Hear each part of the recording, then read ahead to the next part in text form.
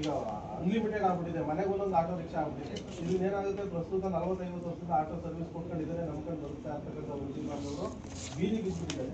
ಆರ್ಥಿಕವಾಗಿ ಸಾಮಾಜಿಕವಾಗಿ ತೊಂದರೆ ಬೀದಿಗೆ ಬಿದ್ದುಬಿಟ್ಟಿದ್ದಾರೆ. ಅದಕ್ಕೆ ಸರಿಪಡಿಸ್ಕೊಳ್ಳೋ ಕಡೆ ಅವಕಾಶ ಇದೆ ತಮ್ಮ ಮುಖಾಂತರ. ಇದನ್ನ ಏನಿದೆ ಬ್ಯಾಡ್ಜ್, ಯಾಕೆಂದ್ರೆ ಸರ್ಕಾರದ ಯೋಜನೆಗಳು ಪಡ್ಕೋಬೇಕು ಅಂದ್ರೆ ಕಾರ್ಮಿಕ ಇಲಾಖೆಯಲ್ಲಿ ಬ್ಯಾಡ್ಜ್ ನಂಬರ್ ಇದ್ರೆ ಮಾತ್ರ ಅಂತ ಅವರು ಡಿಕ್ಲೇರ್ ಮಾಡ್ಬಿಟ್ಟಿದ್ದಾರೆ. ಹಾಗಾಗಿ ಇದನ್ನ ಸ್ವಲ್ಪ ಬ್ಯಾಡ್ಜ್ ನಂಬರ್ನ ತಗೊಳ್ಳೋಕೆ ಕೊಡ್ಲಿ, ನಾವು ಅದನ್ನ ಅವೇರ್ನೆಸ್ ಕ್ರಿಯೇಟ್ ಮಾಡ್ತೀವಿ. ಈಗ DL ಬ್ಯಾಡ್ಜ್ ನಂಬರ್ ಇದ್ದವ್ರು ಮಾತ್ರ ಹೊಸ ಆಟೋ ರಿಕ್ಷಾ ಕೊಡೋದಕ್ಕೆ ಅನುವು ಮಾಡ್ಕೊಡ್ಬೇಕು ಅಂತ ಈ ಸಂದರ್ಭದಲ್ಲಿ ಕೇಳ್ತೀನಿ. ಮತ್ತೆ 9ನೇದು ಕ್ರಮ ಸಂಖ್ಯೆ 8ನೇದು ಮೇನ್ ಬೇಕಾಬಿಟ್ಟಿ ಆಟೋ ತಗೊಂಡು ನಂಬರ್ ಪ್ಲೇಟ್ ಇಲ್ಲದೆ ಓಡಾಡ್ತಾ ಇವೆ ಆಟೋ ರಿಕ್ಷಾಗಳು. ಅವಕ್ಕೆ ತಿಂಗಳಾನ್ಗಡ್ಲೆ ಆದ್ರೂ ಸರಿ, ವರ್ಷ ಆದ್ರೂ ಸರಿ ನಂಬರ್ ಪ್ಲೇಟ್ ಇರೋದಿಲ್ಲ, ಓಡಾಡ್ತಾ ಇರ್ತವೆ.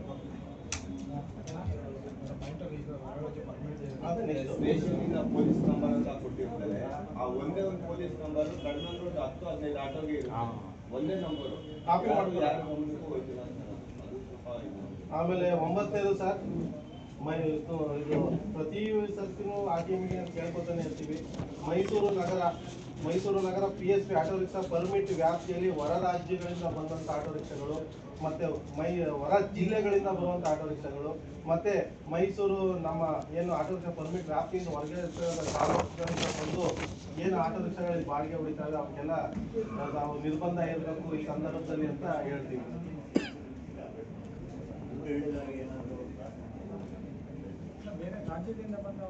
ಮಹಾರಾಷ್ಟ್ರದ ಗಾಡಿಗಳು ಓಡಾಡ್ತವೆ, ಕೇರಳ ಗಾಡಿಗಳು ಓಡಾಡ್ತವೆ. ಗಾಡಿ ಪರ್ಮಿಟ್ ಇಲ್ಲ, ಮೈಸೂರು ಪರ್ಮಿಟ್ ಇಲ್ಲ ಗಾಡಿಗಳಿಗೆ. ಎಲ್ಲ ಅದು ಡ್ರೈವ್ ಮಾಡಿ ಅದು ಕೂತ್ಕೊಳ್ಳಿ ಆಗ್ತಾವ, ಎಲ್ಲ ಪಾಯಿಂಟ್ಸ್ಗೂ ಚರ್ಚೆ ಮಾಡಿ ಕೂತ್ಕೊಳ್ಳಿ. 2-3 ವಿಚಾರ ತಾವೆಲ್ಲರೂ ರೇಟ್ ಮಾಡಿದ್ವಿ. ಒಂದು 4-5 ವರ್ಷ ಆಯಿತು ಆಟೋ ಏರ್ ಇದು ಮಾಡಿ, ಬಟ್ ಅದೇ ರೀತಿ ಖರ್ಚುಗಳು ಬಾಡಿಗೆ ನಮ್ಮ ಮನವಿ ಏನು ತಾವು ಮನವಿ ಕೊಟ್ಟಿದ್ವಿ ಬ್ಯಾಂಗ್ಳೂರು ದರಗಳು ಅಳವಡಿಸ್ಕೊಳ್ಳೋದು ಅಂತ, ಅದಕ್ಕೆ ಒಂದು ಇವತ್ತು ಇಟ್ಟಿದ್ದೀವಿ. 2ನೇ ವಿಚಾರ ಬ್ಯಾಡ್ಜ್ ಬಗ್ಗೆ ಮಾತಾಡ್ತಾ ಇದ್ದೀವಿ. ಸುಪ್ರೀಂ ಕೋರ್ಟ್ ಆದೇಶ, ಬಟ್ ಇಡೀ ದೇಶದಲ್ಲಿರೋ ಕಾನೂನಲ್ಲಿ LMB ಲೈಸೆನ್ಸ್ ಇದ್ದರೆ ಆಟೋ ನಡೆಸೋಕ್ಕೆ ಅಷ್ಟು ಸಾಲುತ್ತೆ ಅಂತ ಮೊನ್ನೆ ಸುಪ್ರೀಂ ಕೋರ್ಟ್ನ ಒಂದು ಆದೇಶ ಇರೋದ್ರಿಂದ ಆಟೋಗೆ ಸಪ್ರೇಟ್ ಲೈಸೆನ್ಸ್ ಅನ್ನೋ ಕ್ಯಾಟಗರಿನೇ ಈಗ ಇಡೀ ರಾಜ್ಯದಲ್ಲಿ ಅಥವಾ ನನ್ಗೊತ್ತಿರೋದ್ರೆ ಇಡೀ ದೇಶದಲ್ಲಿ ಆಟೋಗೆ ಸಪ್ರೇಟ್ ಲೈಸೆನ್ಸ್ ಅಂತ ಬರ್ತಾ ಇಲ್ಲ. ಇಡೀ ದೇಶಕ್ಕೆ ಸುಪ್ರೀಂ ಕೋರ್ಟ್ ಆದೇಶ ಇರೋದ್ರಿಂದ ಇಡೀ ದೇಶದಲ್ಲಿ ಯಾರು LMB ಲೈಸೆನ್ಸ್ ಇದ್ರೆ ಅದು ಆಟೋ ನಡೆಸೋಕ್ಕೆ ಸಾಕು ಅಂತ ಸರ್ವೋಚ್ಚ ನ್ಯಾಯಾಲಯ ದೇಶದ ಆದೇಶ ಇರೋದ್ರಿಂದ ಇಲ್ಲಿ ಮೈಸೂರಲ್ಲಿ ಸಪ್ರೇಟ್ ಲೈಸೆನ್ಸ್ ಮಾಡೋಕ್ಕೂ ಅವ್ರ ಹತ್ರ ಅಧಿಕಾರ ಇಲ್ಲ. ಪ್ಲಸ್ ಅವ್ರೇನು ಆನ್ಲೈನಲ್ಲೂ ಲೈಸೆನ್ಸ್ಗೆ ಅದು ಕ್ಯಾಟಗರಿನೂ ಇಲ್ಲ, ಕೇವಲ LMB ಲೈಸೆನ್ಸ್ ಹತ್ರ ಮಾತ್ರ ಇರೋದು. ಬಟ್ ತಾವು ಹೇಳ್ತಿರೋ ಪಾಯಿಂಟ್ ಬ್ಯಾಡ್ಜ್ ಬಗ್ಗೆ ಖಂಡಿತವಾಗಿಯೂ ನ್ಯಾಯಸಮ್ಮತವಾದ ಒಂದು ಬೇಡಿಕೆ ಇದೆ. ಯಾಕಂದರೆ ಇನ್ಶೂರೆನ್ಸ್ ಆಗಿರ್ಬೋದು, ಲೇಬರ್ ಡಿಪಾರ್ಟ್ಮೆಂಟಿಂದ ಬೆನಿಫಿಟ್ಸ್ ಆಗಿರ್ಬೋದು, ಅದು LMB ಲೈಸೆನ್ಸ್ ಮೇಲೆ ಕೊಡೋದಿಲ್ಲ, ಅದು ಬ್ಯಾಡ್ಜ್ ಇದ್ರೆ ಮಾತ್ರ ಕೊಡ್ತಾರೆ ಅಂತ. ಈಗ ತಮ್ಮೆಲ್ಲರ ತಕ್ಷಣದಲ್ಲಿ ನೆಕ್ಸ್ಟ್ 1 ತಿಂಗಳ ಕಾಲ ಫುಲ್ ಡ್ರೈವ್ ಮಾಡಿ ಅಪ್ಪ. It is not compulsory, but ಇವೆಲ್ಲ ಬೆನಿಫಿಟ್ಸ್ ಇರೋದ್ರಿಂದ ಇನ್ಫ್ಯಾಕ್ಟ್ ಒತ್ತಾಯ ಮಾಡಿ ಎಲ್ಲ ಡ್ರೈವರ್ಸ್ ಒಂದು ಬ್ಯಾಡ್ಜ್ ಕೊಡೋ ನಿಟ್ಟಿನಲ್ಲಿ ಕಂಪ್ಲೀಟ್ ಒಂದು ಆಂದೋಲನ ರೀತಿಯಲ್ಲಿ ನಡೆಸಿ ಬೈ ಡಿಸೆಂಬರ್ ಕೊನೆಯದೊಳಗೆ ಆಲ್ಮೋಸ್ಟ್ ಎಲ್ಲ ಆಟೋಸು ಬ್ಯಾಡ್ಜ್ ಇಲ್ಲದೆ ಇದ್ರೆ ಆಟೋ ನಿಲ್ಸೋಕ್ಕೆ ನಮಗೆ ಆಗೋದಿಲ್ಲ. ಬಟ್ ಅವರ ಅನುಕೂಲಕ್ಕೇನೆ ಇದು, ನಮ್ದೇನು ನಮ್ಮ ಕಾನೂನಲ್ಲಿ ಅಥವಾ RTO ಅಥವಾ ಪೊಲೀಸ್ ಇಲಾಖೆ ಕಾನೂನಲ್ಲಿ ಆಟೋ ಓಡಿಸೋಕ್ಕೆ ಇವತ್ತಿನ ಡೇಟ್ಗೆ ಬ್ಯಾಡ್ಜ್ ಅವಶ್ಯಕತೆ ಇಲ್ಲ. ಬ್ಯಾಡ್ಜ್ ಬೇಕಿರೋದು ನಾಳೆ ಇನ್ಶೂರೆನ್ಸ್ಗೆ, ತಮ್ಮ ಗಾಡಿಗೆ ಏನಾರ ಡ್ಯಾಮೇಜ್ ಆಯಿತು ಅಥವಾ ಲೇಬರ್ ಇಲಾಖೆಯಿಂದ ಏನಾದ್ರು ಬೆನಿದು ಒಂದು ಪೂರ್ತಿಯಾಗಿ ಒಂದು ಆಟೋ ಚಾಲಕರ ಒಂದು ಬೆನಿಫಿಟ್ಗಾಗಿ ಬ್ಯಾಡ್ಜ್ ಅವಶ್ಯಕತೆ ಇರೋದ್ರಿಂದ ತಾವೆಲ್ಲ ಸಂಘಗಳಲ್ಲಿ ಎಲ್ಲ ಒಂದು ನೆಕ್ಸ್ಟ್ 1 ತಿಂಗಳ ಕಾಲ ಡ್ರೈವ್ ಮಾಡಿ ಆಲ್ಮೋಸ್ಟ್ ಎಲ್ಲ ಚಾಲಕರಿಗೂ ಬ್ಯಾಡ್ಜ್ ಕೊಡೋ ನಿಟ್ಟಿನಲ್ಲಿ ಕ್ರಮ ತಗೊಳ್ತಾರೆ. ಬಟ್ ಬ್ಯಾಡ್ಜ್ ಇಲ್ಲದೆ ಇದ್ರೆ ಆಟೋಗಳು ನಿಲ್ಸೋಕೆ ಆಗೋದಿಲ್ಲ. ಅದು ಈ ತಮ್ಮ ಮುಖಾಂತರ ಮತ್ತೆ ಮುಗಿಸ್ತೇನೆ, ತಪ್ಪು ಕೊಡ್ತೇನೆ ತಮ್ಮ ಅವಕಾಶ. ಅದೇ ರೀತಿ ಮತ್ತೆ ಹೊರ ರಾಜ್ಯದ ಆಟೋ ಚಾಲಕರು ಬಂದು ಇಲ್ಲಿ ಓಡಿಸ್ತಾ ಇದ್ದಾರೆ ಅಂತ ಹೇಳ್ತಾ ಇದ್ದೀರಾ, ಅದನ್ನು ವೆರಿಫೈ ಮಾಡ್ತಾರೆ. ಇವರು RTO ಹೇಳೋ ಪ್ರಕಾರ NOC ತಗೊಂಡು ಟ್ರಾನ್ಸ್ಫರ್ ತಗೊಂಡು ಬಂದಿರ್ತಾರೆ ಗಾಡಿಗಳು. ಕೇರಳದಲ್ಲಿ ರಿಜಿಸ್ಟರ್ ಆಗಿರುತ್ತೆ, ಅದು ಯಾವುದೋ ಕಾರಣಕ್ಕೆ ಮೈಸೂರು ಶಿಫ್ಟ್ ಆಗಿರ್ತವೆ. NOC ಪಡ್ಕೊಂಡು ಎಲ್ಲ ಫಾರ್ಮಾಲಿಟೀಸ್ ಏನಿದೆ ಕಾನೂನು ಮುಗಿಸ್ಕೊಂಡು ಆದ್ರೂ ಸಹ ವಿತೌಟ್ NOC ಅನಧಿಕೃತವಾಗಿ ಯಾವ್ದಾದ್ರು ಓಡಿಸ್ತಿದ್ರೆ ತಕ್ಷಣ ಅದನ್ನ ಸೀಲ್ ಮಾಡಲು ಈ ಮುಖಾಂತರ ಇಡ್ತಾ ಇದ್ದೇವೆ. ಅದೇ ರೀತಿ ರ್ಯಾಪಿಡೋ ಬೈಕ್ ಬಗ್ಗೆ ತಮ್ಮೆಲ್ಲರದು ತುಂಬಾ ಇದಿದೆ, ಕಂಪ್ಲೇಂಟ್ಸ್ ಇದೆ. ಅವರು ವಿತೌಟ್ ಪರ್ಮಿಟ್ ವಿತೌಟ್ ಇದು ಓಡ್ತಾ ಇದೆ ಅಂತ ತಮ್ಮೆಲ್ಲರ ಒಂದು ಇದ್ರ ಮೇಲೆ ಲಾಸ್ಟ್ ಒಂದು ಸಭೆಯಲ್ಲಿ ನಾವು ಸಹ ಇಲ್ಲಿ ತೀರ್ಮಾನ ತಗೊಂಡು ಸರ್ಕಾರಕ್ಕೆ ಕಳಿಸ್ಕೊಟ್ಟಿದ್ವಿ. ಅದೇ ರೀತಿ ಬೇರೆ ಕೆಲವೊಂದು ಜಿಲ್ಲೆ ಕಳಿಸ್ಕೊಟ್ಟಿದ್ವಿ ರ್ಯಾಪಿಡೋದವ್ರದ್ದು ಎಲ್ಲ ಆಟೋ ಇದಕ್ಕೆ ತುಂಬಿರೋದು. ಅದ್ರ ಬೇಸಿಸ್ ಮೇಲೆ ಸರ್ಕಾರ ಒಂದು ತೀರ್ಮಾನನೂ ತಗೊಂತು. ತಮ್ಮೆಲ್ಲರಿಗೆ ಗೊತ್ತಿದೆ, ತಮ್ಮೆಲ್ಲರ ಪರವಾಗಿ ಸರ್ಕಾರ ನಿಲ್ತು. ಬಟ್ ಈಗ ಸರ್ಕಾರದ ಆದೇಶವನ್ನು ಮೊನ್ನೆ ಹೈಕೋರ್ಟ್ನಲ್ಲಿ ಆ ಆದೇಶಕ್ಕೆ ತಡೆ ಆಜ್ಞೆ ಕೊಟ್ಟಿದ್ದಾರೆ. ಏನು ರ್ಯಾಪಿಡೋನ ಒಂದು ರೆಗ್ಯುಲೇಟ್ ಮಾಡೋದಕ್ಕೋ ನಿಲ್ಲಿಸೋದಕ್ಕೋ ಒಂದು ಇದು ಕೊಟ್ಟಿರೋ ಕಾರಣ ಅದು ಸರ್ಕಾರದ ಆದೇಶ ಇತ್ತು. ಬಟ್ ಈಗ ಆ ಆದೇಶಕ್ಕೆ ಈಗ ಹೈಕೋರ್ಟಲ್ಲಿ ತಡೆಯಾಜ್ಞೆ ಇರೋದ್ರಿಂದ ನಮ್ಮ ಮಟ್ಟದಲ್ಲಾಗಿ ಇಡೀ ರಾಜ್ಯ ಮಟ್ಟದಲ್ಲಿ ಯಾವುದೂ ಈಗ ರ್ಯಾಪಿಡೋ ವಿರುದ್ಧ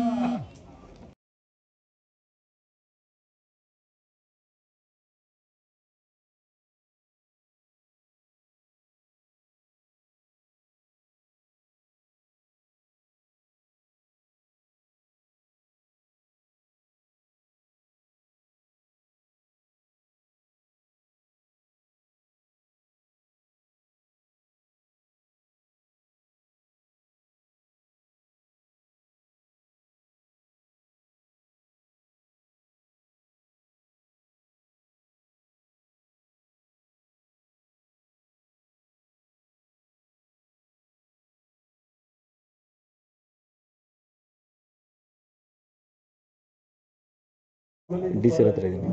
ಏನಾಗಿದೆ ಆಟೋಗಳು ನಿಲ್ಸಕ್ಕಾಗಲ್ಲ ಅಂತ ತಾವು ಹೇಳಿದ್ರಿ ಸರ್. ಇದು ಏನಾಗ್ಬಿಟ್ಟಿದೆ ಅಂತಂದ್ರೆ ಹೊಸ ನಾವೀಗ ನಮ್ಗೆ ಮೈಸೂರು ನಗರ ಪಾಲಿಕೆ ಅಂತ ಏನಿದೆ ಜನಸಂಖ್ಯೆಗೆ ಅನುಗುಣವಾಗಿ ಹೆಚ್ಚಾಗಿ ಆಟೋ ರಿಕ್ಷಾಗಳಿವೆ. ಎಲ್ಲ ಏನಾಗ್ಬಿಟ್ಟಿದೆ ಎಲ್ಲ ತಮ್ಮ ಇದು ಅರ್ಥ ಆಗುತ್ತಾ, ಆಟೋ ಸಂಖ್ಯೆಗಳು ಜಾಸ್ತಿ ಆಗಿದೆ. ಇದನ್ನ ಕಾನೂನು ಅಡಿಯಲ್ಲಿ ಒಂದು ಯಾವುದೇ ಹೇಳಿದೆ, ಸಂವಿಧಾನದಲ್ಲಿ ಫಂಡಮೆಂಟಲ್ ರೈಟ್ ಇದೆ. ಯಾವುದೇ ಒಂದು ವ್ಯಕ್ತಿ ಒಂದು ಲೀಗಲ್ ಆಗಿ ಪ್ರೊಫೆಷನ್ ಏನೇ ಕೆಲಸ ಮಾಡ್ತೀನಿ ಅಂದ್ರೆ ಅದನ್ನ ಸರ್ಕಾರವನ್ನ ತಡೆಯುವಂತಿಲ್ಲ ಅಂತ, ಅನ್ಲೆಸ್ ಏನೇ ಒಂದು ಸ್ಪೆಷಲ್ ಕಾರಣ ಇದ್ದು ಮಾಡೋದಕ್ಕಾಗುತ್ತಾಗಲಿ. ಇಲ್ಲೇ ಇದ್ರೆ ಈ ಕಾರಣ ಎಲ್ಲ ಇದರಲ್ಲೂ ಇದೆ. ವಕೀಲರದ್ದು ಡಿಮ್ಯಾಂಡ್ ಇದೆ, ತುಂಬಾ ವಕೀಲರಾಗಿದ್ದಾರೆ, ವಕೀಲರು ಕೋರ್ಸ್ ನಿಲ್ಲಿಸಿ ಅಂತ ಅವ್ರಿಗೆ ಅಲ್ಲಲ್ಲ. ನಾನು ನಿಜ ಹೇಳ್ತೇನೆ, ಅದನ್ನ ತಡೆಯೋದಕ್ಕೆ ಅಧಿಕಾರ ಇಲ್ಲ. ಅದು ಇಷ್ಟಕ್ಕೆ ಜಾಬ್ ಅಲ್ಲಿ ಕೆಲಸ ಮಾಡ್ತಾರೆ, ಇನ್ನೊಂದು ಜಾಬ್ನ ಮತ್ತೆ ಅದನ್ನು ನೈಟ್ ಅಲ್ಲಿ ಬಂದು ಪಾರ್ಟ್ ಟೈಮ್ ಜಾಬ್ ಆಗಿ ಕಂಟಿನ್ಯೂ ಮಾಡಿದ್ರೆ ನಮ್ಮ ಜೀವನ ನಡೆಯಕ್ಕಾಗುತ್ತಲ್ಲ ಸರ್, ನಡೆಯಕ್ಕಾಗ್ತಲ್ವಲ್ಲ ಸರ್? ಇಲ್ಲ, ತಮ್ಮ ಸಮಸ್ಯೆ ಅರ್ಥ ಆಗುತ್ತಾ. ಬಟ್ ಸಂವಿಧಾನದಲ್ಲಿ ಎಲ್ಲರಿಗೂ ಅವರ ಗೌರ್ಮೆಂಟ್ ಕೆಲಸದಲ್ಲಿ ಇರ್ತಾರೆ, ಲೀಗಲ್ ಕೆಲಸ ಮಾಡೋದಕ್ಕೆ ಅವ್ರಿಗೆ ಅಧಿಕಾರ ಇರೋದ್ರಿಂದ ಹೊಸೊಬ್ಬರನ್ನ ಮಾಡಬೇಡಿ ಅಂತ ಹೇಳೋದಕ್ಕೆ ನಮ್ಗೆ ಅಧಿಕಾರ ಇಲ್ಲ ಅಂತ ತಮ್ಮ ಮುಖಾಂತರ ಹೇಳ್ತಾ ಸರ್. ಗೌರ್ಮೆಂಟ್ ಜಾಬ್ ಅಲ್ಲಿ ಇರೋರು ಬಂದು ಈಗ ಇದನ್ನ ಓಡಿಸ್ತಾ ಇದ್ದಲ್ಲ ಸರ್. ಗೌರ್ಮೆಂಟ್ ಜಾಬ್ ಅಲ್ಲಿ ಇರೋರಿಗೆ ನಿರ್ಬಂಧ ಇದೆ, ಬೇರೆ ಯಾವುದೋ ಕೆಲಸ ಮಾಡ್ತಾರೆ. ಗೌರ್ಮೆಂಟ್ ಜಾಬ್ ಅಲ್ಲಿ ಇರೋರು ಗೌರ್ಮೆಂಟ್ ಜಾಬ್ ಅಲ್ಲಿ ಇರೋ ಈಗ ಪ್ರೈವೇಟ್ ಜಾಬ್ ಅಲ್ಲಿ ಬೆಳಿಗ್ಗೆ ಹೊತ್ತು ಕೆಲಸ ಮಾಡಿದ್ರೆ ಸಾಯಂಕಾಲ ಬಂದು ಆಟೋ ಓಡಿಸ್ತೀರಿ ಅಂತ ಅದನ್ನು ಮಾಡ್ತಾ ಇದ್ದಾರೆ. ಅವ್ರಿಗೆ ಸಂಬಂಧಪಟ್ಟ ಡ್ರೈವರ್ಗಳೇ ಆಗಲಿ, ಪೋಸ್ಟ್ ಆಫೀಸ್ ಅವರೇ ಆಗಿರ್ಲಿ, ಅನೇಕರು ಸರ್ಕಾರಿ ನೌಕರರು ಯಾರಾದ್ರೂ ಈ ರೀತಿ ಆಟೋ ಓಡಿಸ್ತಾ ಇದ್ದಾರೆ, ಸೈಡ್ ಅಲ್ಲಿ ಒಂದು ಇದು ಮಾಡ್ತಾ ಇದ್ದಾರೆ ಅಂತ ಹೇಳಿದ್ರೆ ಅವ್ರ ಹೆಸರು ಆಟೋ ಇರುತ್ತೆ ಅಂತ ಹೇಳಿ ಸರ್. ಅಧಿಕಾರಿಗಳಿಗೆ ಕೆಲವೊಂದು ಅವ್ರ ಹೆಸರು ಆಟೋ ಇರುತ್ತೆ, ಮೂಲಭೂತ ಅವ್ರ ಹೆಸರಲ್ಲೇ ಆಟೋ ಹೇಳಿ ಅಂತ. ರೆಸ್ಟ್ರಿಕ್ಷನ್ಸ್ ಇದೆ. ಬಟ್ ಸಾಮಾನ್ಯ ಪ್ರಜೆಗಳಿಗೆ ಅವ್ರು ಓಡಿಸಲ್ಲ, ಅವ್ರ ಹೆಸರು ಬರೋದಿಲ್ಲ. ಒಟ್ಟು ಆಟೋ ಓಡಿಸ್ಬೇಡಪ್ಪ ಅಂತ ಹೇಳೋಕೆ ಬರೋದಿಲ್ಲ. ಪ್ಲಸ್ ಆಟೋ ಅಂತ ಲೈಸೆನ್ಸ್ ಏನು ಇಲ್ಲ, ಅದು ಅವ್ರು ಅಪ್ಲೈ ಮಾಡಿದ್ರೆ ಪರ್ಮಿಟ್ ಕೊಡ್ಲೇಬೇಕಾಗುತ್ತೆ. ನೀವು ಸ್ಟೇಟು ನೀವು ಆಮೇಲೆ ನಾನು ಮಾತಾಡ್ತೀನಿ. ಡ್ಯೂಟಿ ಮಾಡ್ತಾರೆ, ಈಗ ಪೋಸ್ಟ್ ಆಫೀಸ್ ಯೂನಿಫಾರ್ಮ್ ಹಾಕೋತಾರೆ, ಅದರಲ್ಲೇ ಬರ್ತಾರೆ. ನಮಗೂ ಒಂದು ಸ್ವಲ್ಪ ಕೆಲಸ ಏನಂತಂದ್ರೆ, ನಮ್ಗೆ ಆರ್ ಟಿ ಒ ಸಂಬಂಧಪಟ್ಟ ಒಂದು ವಾಟ್ಸ್ಆಪ್ ಗ್ರೂಪ್ ಮಾಡ್ಕೊಟ್ರೆ, ಈಗ ಹೊರ ರಾಜ್ಯದ ಪರ್ಮಿಟ್ ಗಳು ಹೇಳ್ತಾ ಇದ್ರಲ್ವಾ, ನಾವು ಯಾವ್ದು ಪ್ರಶ್ನೆನೇ ಮಾಡಲ್ಲ. ಯಾಕಂದ್ರೆ ನಾವು ಚಾಲಕರು ಪ್ರಶ್ನೆ ಮಾಡಿದ್ರೆ ಅದಕ್ಕೆ ನಾನಾ ತರ ಕಾರಣಗಳು ಒಂದು ಮಾಡಿಸಿ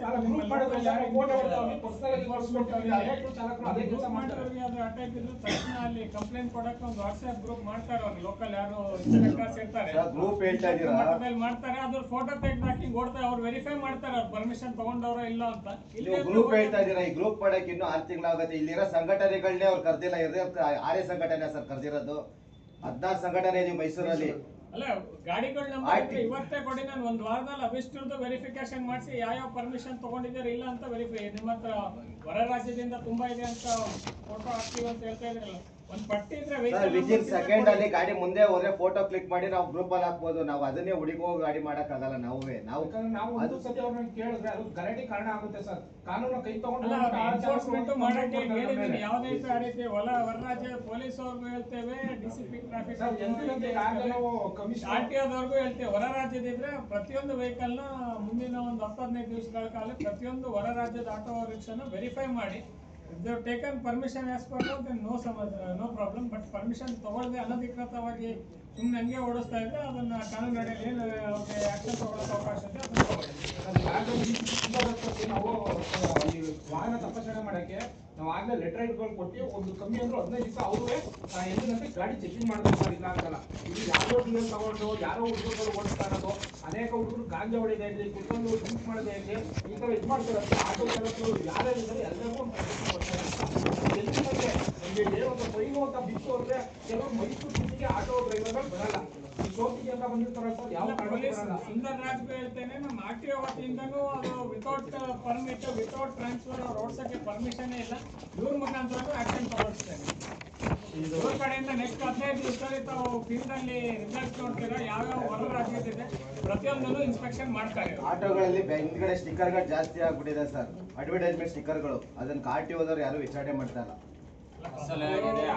ಅದನ್ನ ಯಾರೇ ನಿಮ್ಮ ರೇಟ್ ಏರ್ಸ್ಲಿಲ್ಲ ಇವತ್ತು. ಅಡ್ವರ್ಟೈಸ್ಮೆಂಟ್ ಪಾಪ ಹಾಕೊಳ್ಳಿ, 50 ರೂಪಾಯಿ ಲೆಕ್ಕಾಚಾರ ನೋಡ್ತೀರಾ ಗಾಡಿ ಡ್ರೈವರ್ಸ್ಗೆ ಅನುಕೂಲ ಅಲ್ವಾ ಅದು? ಇಲ್ಲ ಸರ್, ಏನು ಅನುಕೂಲ ಇಲ್ಲ. ಅವ್ರು ಕೊಡೋದು ಒಂದೇ ಸರಿ 50 ರೂಪಾಯಿ ಹಾಕ್ಬಿಟ್ಟು ಹೊಟ್ಟೋಗ್ಬಿಟ್ರೆ ಗಾಡಿಗೆ ಏನ್ ಬರಲ್ಲ ಅವ್ರು ಯಾರು.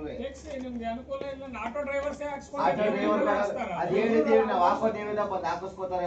ಈಗ ಅಡ್ವರ್ಟೈಸ್ಮೆಂಟ್ ಆಟೋ ಡ್ರೈವರ್, ಆಟೋ ಮಾಲೀಕ ಮತ್ತೆ ಅಡ್ವರ್ಟೈಸ್ಮೆಂಟ್ ಏಜೆನ್ಸಿ ನಡುವೆ ಏನೋ ನಾನು ಬೇರೆ ಈಗ ಬೇರೆ ಗಾಡಿಗಳಿಗೆ ಅಡ್ವರ್ಟೈಸ್ಮೆಂಟ್ ರೇಟ್ಸ್ ಏರಿಸಿದ್ರೆ ಆಟೋ ಏರಿಸಲಿಲ್ಲ. ನಾವು ಅದನ್ನೇ ತೆಗ್ಸಿದ್ರೆ ಅದೇನು ಇವ್ರ ಕಡೆಯಿಂದ ಅದು ನಿಮ್ಗೆ ಅನುಕೂಲ ಅಲ್ವಾ? ಅಡ್ವರ್ಟೈಸ್ಮೆಂಟ್ ಇದ್ರೆ ಅಡ್ವರ್ಟೈಸ್ಮೆಂಟ್ ಮಾಡೋದ್ರಿಂದ ನಾಗರಿಕರು ನೆಸೆಸಿಟಿ ಇದನ್ನೇ ಹಾಳು ಮಾಡ್ದಂಗ ಆಗುತ್ತೆ ಸರ್. ಆಟೋಗಳದ್ದು ಕಲರ್ ಕಲರ್ ಇದರಿಂದ ಕಾಣೋದ್ರಿಂದ ಆಟೋಗಳಿಗೆ ವಿಚಿತ್ರವಾಗಿ ಕಾಣುತ್ತೆ. ಪರಿಶೀಲನೆ ಮಾಡೋಣ ಯಾರು ಫೀಸ್ ಕಟ್ಟಿಲ್ಲ ನೋಡೋಣ ಸರ್. ಈಗ ನೀವೇ ಹೇಳಿದ್ರೆ ಕಾರಂಜಿ ಟ್ರೈನ್ ಮನೆಗೆ 70 ರೂಪಾಯಿ ತಗೊಂಡು ಸಬರ್ ಬಸ್ ಸ್ಟ್ಯಾಂಡ್ ಅಲ್ಲಿ ಸರ್ ತುಂಬಾ ಯೂಟ್ಯೂಬ್ ಬಂದಿರುತ್ತೆ, ಸಮಾಜದ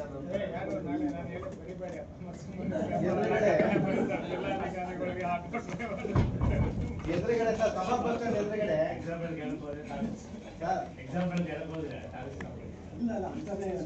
ತೊಂದರೆ ಇಲ್ಲ, ಬರ್ದ್ರು ಏನಿದೆ ಅದು ಎಲ್ಲರಿಗೂ ಗೊತ್ತಿರೋ ವಿಚಾರನೇ.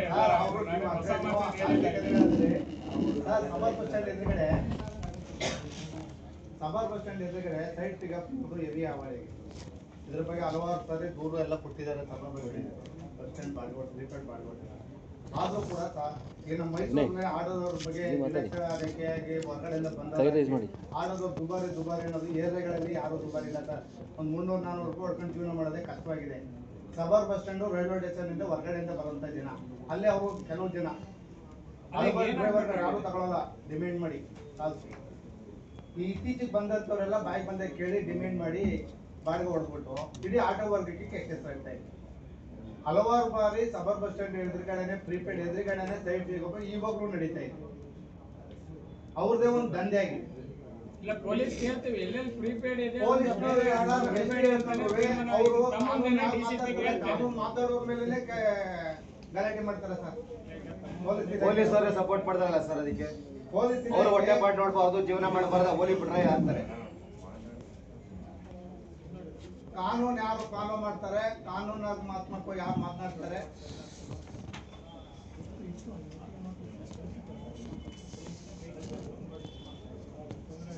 ಪೊಲೀಸ್ ಇಲಾಖೆ ಯಾರು ಬಂದಿದ್ದಾರೆ? ಈಗ ಪೊಲೀಸ್ ಇಲಾಖೆ ಯಾರಿದ್ದಾರೆ ಇಲ್ಲಿ? ಯಾರು ಬಂದಿಲ್ಲ. ಕಾನೂನಾತ್ಮಕವಾಗಿ ಮಾತನಾಡೋಂಥವ್ರಿಗೇನೆ ಫೈಲು. ಆದ್ರೆ ನೀನ್ ನೋಡು ಅದು ಬಂದು ನಿಂಗೆ ಯಾಕೆ ಹೋಯ್ತಾ ಇರೋ ಅಂತ ಇಲ್ಲಿ ಡಿಸಿಪಿ ಬರ್ತಾರೆ, ಅವ್ರ ಮುಂದೆನೆ ಹೇಳಿ ಅವರೇ ತಮ್ಮ ಉತ್ತರ ಕೊಡ್ತಾರೆ. ಅವ್ರಿಗೂ ನಾನು ಸೂಚನೆ ಕೊಡ್ತೇನೆ. ಈಗ ಪೊಲೀಸ್ ಇಲಾಖೆ ಬಿಟ್ಟು ಬೇರೆ ವಿಚಾರಗಳ ನೆಕ್ಸ್ಟ್ ಸಬ್ಜೆಕ್ಟ್ ಏನು ಈಗ ಆಗಿರೋದು ವಿಚಾರ ಬಿಟ್ಟು ಹೊಸ ವಿಚಾರ ಇದೆ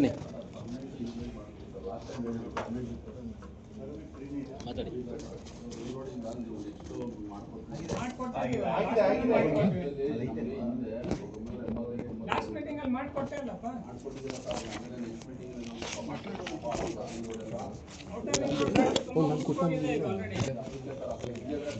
ಸಿಟಿಯಿಂದ 8 ಕಿಲೋಮೀಟರ್ ಮಾಡಿದ್ದೇವೆ. ಬೆಂಗಳೂರಿಂದ 8 ಕಿಲೋಮೀಟರ್ ರಿಂಗ್ ರೋಡಿಂದ 8 ಕಿಲೋಮೀಟರ್ ತನಕ ಪರ್ಮಿಟ್ ಕೊಟ್ಟಿದ್ದೀವಿ. ಆದ್ರೂ ಅಲ್ಲಿರೋ ಹೈವೇ ಪೊಲೀಸರು ಬಂದ್ಬಿಟ್ಟು ಗಾಡಿ ಅಡ್ಡ ಹಾಕ್ಬಿಟ್ಟು ಗಾಡಿಗಳ ಬಗ್ಗೆ ವಿಚಾರಣೆ ಮಾಡ್ತಾರೆ ಸರ್.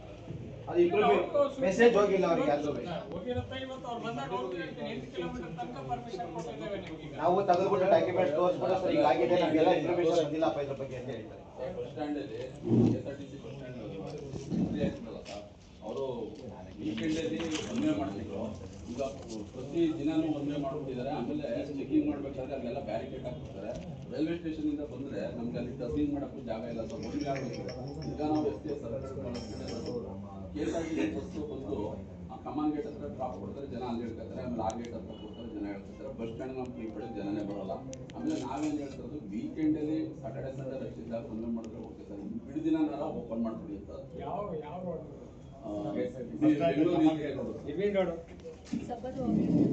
ಆಮೇಲೆ ಪೊಲೀಸರು ಚೆಕಿಂಗ್ ಮಾಡ್ತಾ ಇರ್ತಾರೆ. ನಾವು ರೈಲ್ವೆ ಸ್ಟೇಷನ್ ರೋಡ್ ಏನು ಒಂದೇ ಇದೆಯಪ್ಪ? ಸರ್ ಇರ್ವಿ ರೋಡಿಂದ ಬರ್ಬೇಕು, ಆ ಕಡೆ ಬರ್ಬೇಕಾದ್ರೆ ಸರ್ ಕಮನ್ ಗೇಟ್ ಅಲ್ಲಿ ಇದೆಯಲ್ಲ ಸರ್, ಅಲ್ಲಿ ಡೈರೆಕ್ಟ್ ಆಗಿ ಬೆಂಗಳೂರಿಂದ ಆ ಕಡೆಯಿಂದ ಬರೋ ಬಸ್ಗಳೆಲ್ಲ ಬರ್ತಿದ್ರು ಸರ್. ಈಗ JCB ಅವ್ರು ಬಂದ್ಮೇಲೆ ಟ್ರಾಫಿಕ್ ಜಾಮ್ ಆಗ್ತಾ ಇದೆ ಅಂದ್ಬಿಟ್ಟು ಅದನ್ನ ಈ ಕಡೆ ಲೆಫ್ಟ್ ಸೈಡ್ ತಗೊಂಡು ಆರ್ಗೇಟ್ ಕಡೆಯಿಂದ ಬರಂಗ್ ಮಾಡಿದ್ದಾರೆ. ನಾವು ಸುಮಾರು ಒಂದು 20-25-30 ವರ್ಷದಿಂದ ಆಟೋ ಓಡಿಸೋದು ಪ್ರೀಪೇಡ್ನೇ ನಂಬ್ಕೊಂಡು ನಾವು ಜೀವನ ಮಾಡ್ತಾ ಇದೀವಿ. ಆನ್ಲೈನು ಕೆಲವರಿದ್ದಾರೆ, ಅರ್ಧಕ್ಕರ್ಧ ಪ್ರೀಪೇಡ್ ಹೇಗೆ ಮಾಡ್ತಾ ಇದೀವಿ ಸರ್. ಈಗ 6 ತಿಂಗಳಿಂದ ನಮ್ಗೆ ಏನಾಗಿದೆ ಅಂತಂದ್ರೆ ಪ್ರೀಪೇಡ್ ಅಲ್ಲಿ ಗಾಡಿಗಳು ಆಟೋಗಳು ಹೋಗ್ತಾ ಇಲ್ಲ. ನಮಗೆ ಬಸ್ಸು ಅಲ್ಲಲ್ಲೇ 3 ಕಡೆ ಪೈಲಟ್ ಹತ್ರ ಒಂದು ಸ್ಟಾಪು, ಗೌರ್ಮೆಂಟ್ ಬಸ್ ಸ್ಟಾಪ್ ಹತ್ರ ಒಂದು ಸ್ಟಾಪು, ಆರ್ಗೇಟ್ ಹತ್ರ ಒಂದು ಸ್ಟಾಪು, 3 ಸ್ಟಾಪ್ ಕೊಡೋದ್ರಿಂದ ಪಬ್ಲಿಕ್ ಆ ಕಡೆ ಈ ಕಡೆ ಓಟಾಗ್ತಾ ಇದ್ದಾರೆ. ನಮಗೆ ಪ್ರೀಪೇಡ್ ಅಲ್ಲಿ ಗಾಡಿ ಹೋಗ್ತಾ ಇಲ್ಲ ಸರ್. ಅದನ್ನ ತೆರವುಗೊಳಿಸ್ಕೊಡ್ಬೇಕು. ಎಲ್ಲ ಆರ್ಗೇಟಿಂದ ಬರೋ ಗಾಡಿಗಳೆಲ್ಲ ಒಂದೇ ರೋಡ್ ಬರ್ತಾರೆ ಪೊಲೀಸ್ ಅವ್ರು ಏನಕ್ಕೆ ಮಾಡಿದ್ದಾರೆ ಅವರಿಂದ ಏನು ತೀರ್ಮಾನ ತಗೊಳ್ಳೋದು. ರೈಲ್ವೆ ಸ್ಟೇಷನ್ 30 ರೂಪಾಯಿ ಕೊಡ್ತಾರೆ ಸರ್ ಪ್ರೀಪೇಡ್ ಅಲ್ಲಿ. ಬಸ್ ಸ್ಟ್ಯಾಂಡ್ ತಗೋಬಿಡಿ ಅಂತ ನಾವು ಹೋಗ್ಬಿಟ್ಟು ಪೈಲಟ್ ಸರ್ಕಾರ ಬಳಸ್ಕೊಂಡು ಮತ್ತೆ ತಾವು ಪ್ರೀಪೇಡ್ ಹತ್ರ ಬಿಡಂಗೆ ಅದು 2.5ರಿಂದ 3 ಕಿಲೋಮೀಟರ್ ಆಗುತ್ತೆ. ನಾವು ಕೊಡೋ 2 ಕಿಲೋಮೀಟರ್ ಮಾತ್ರ.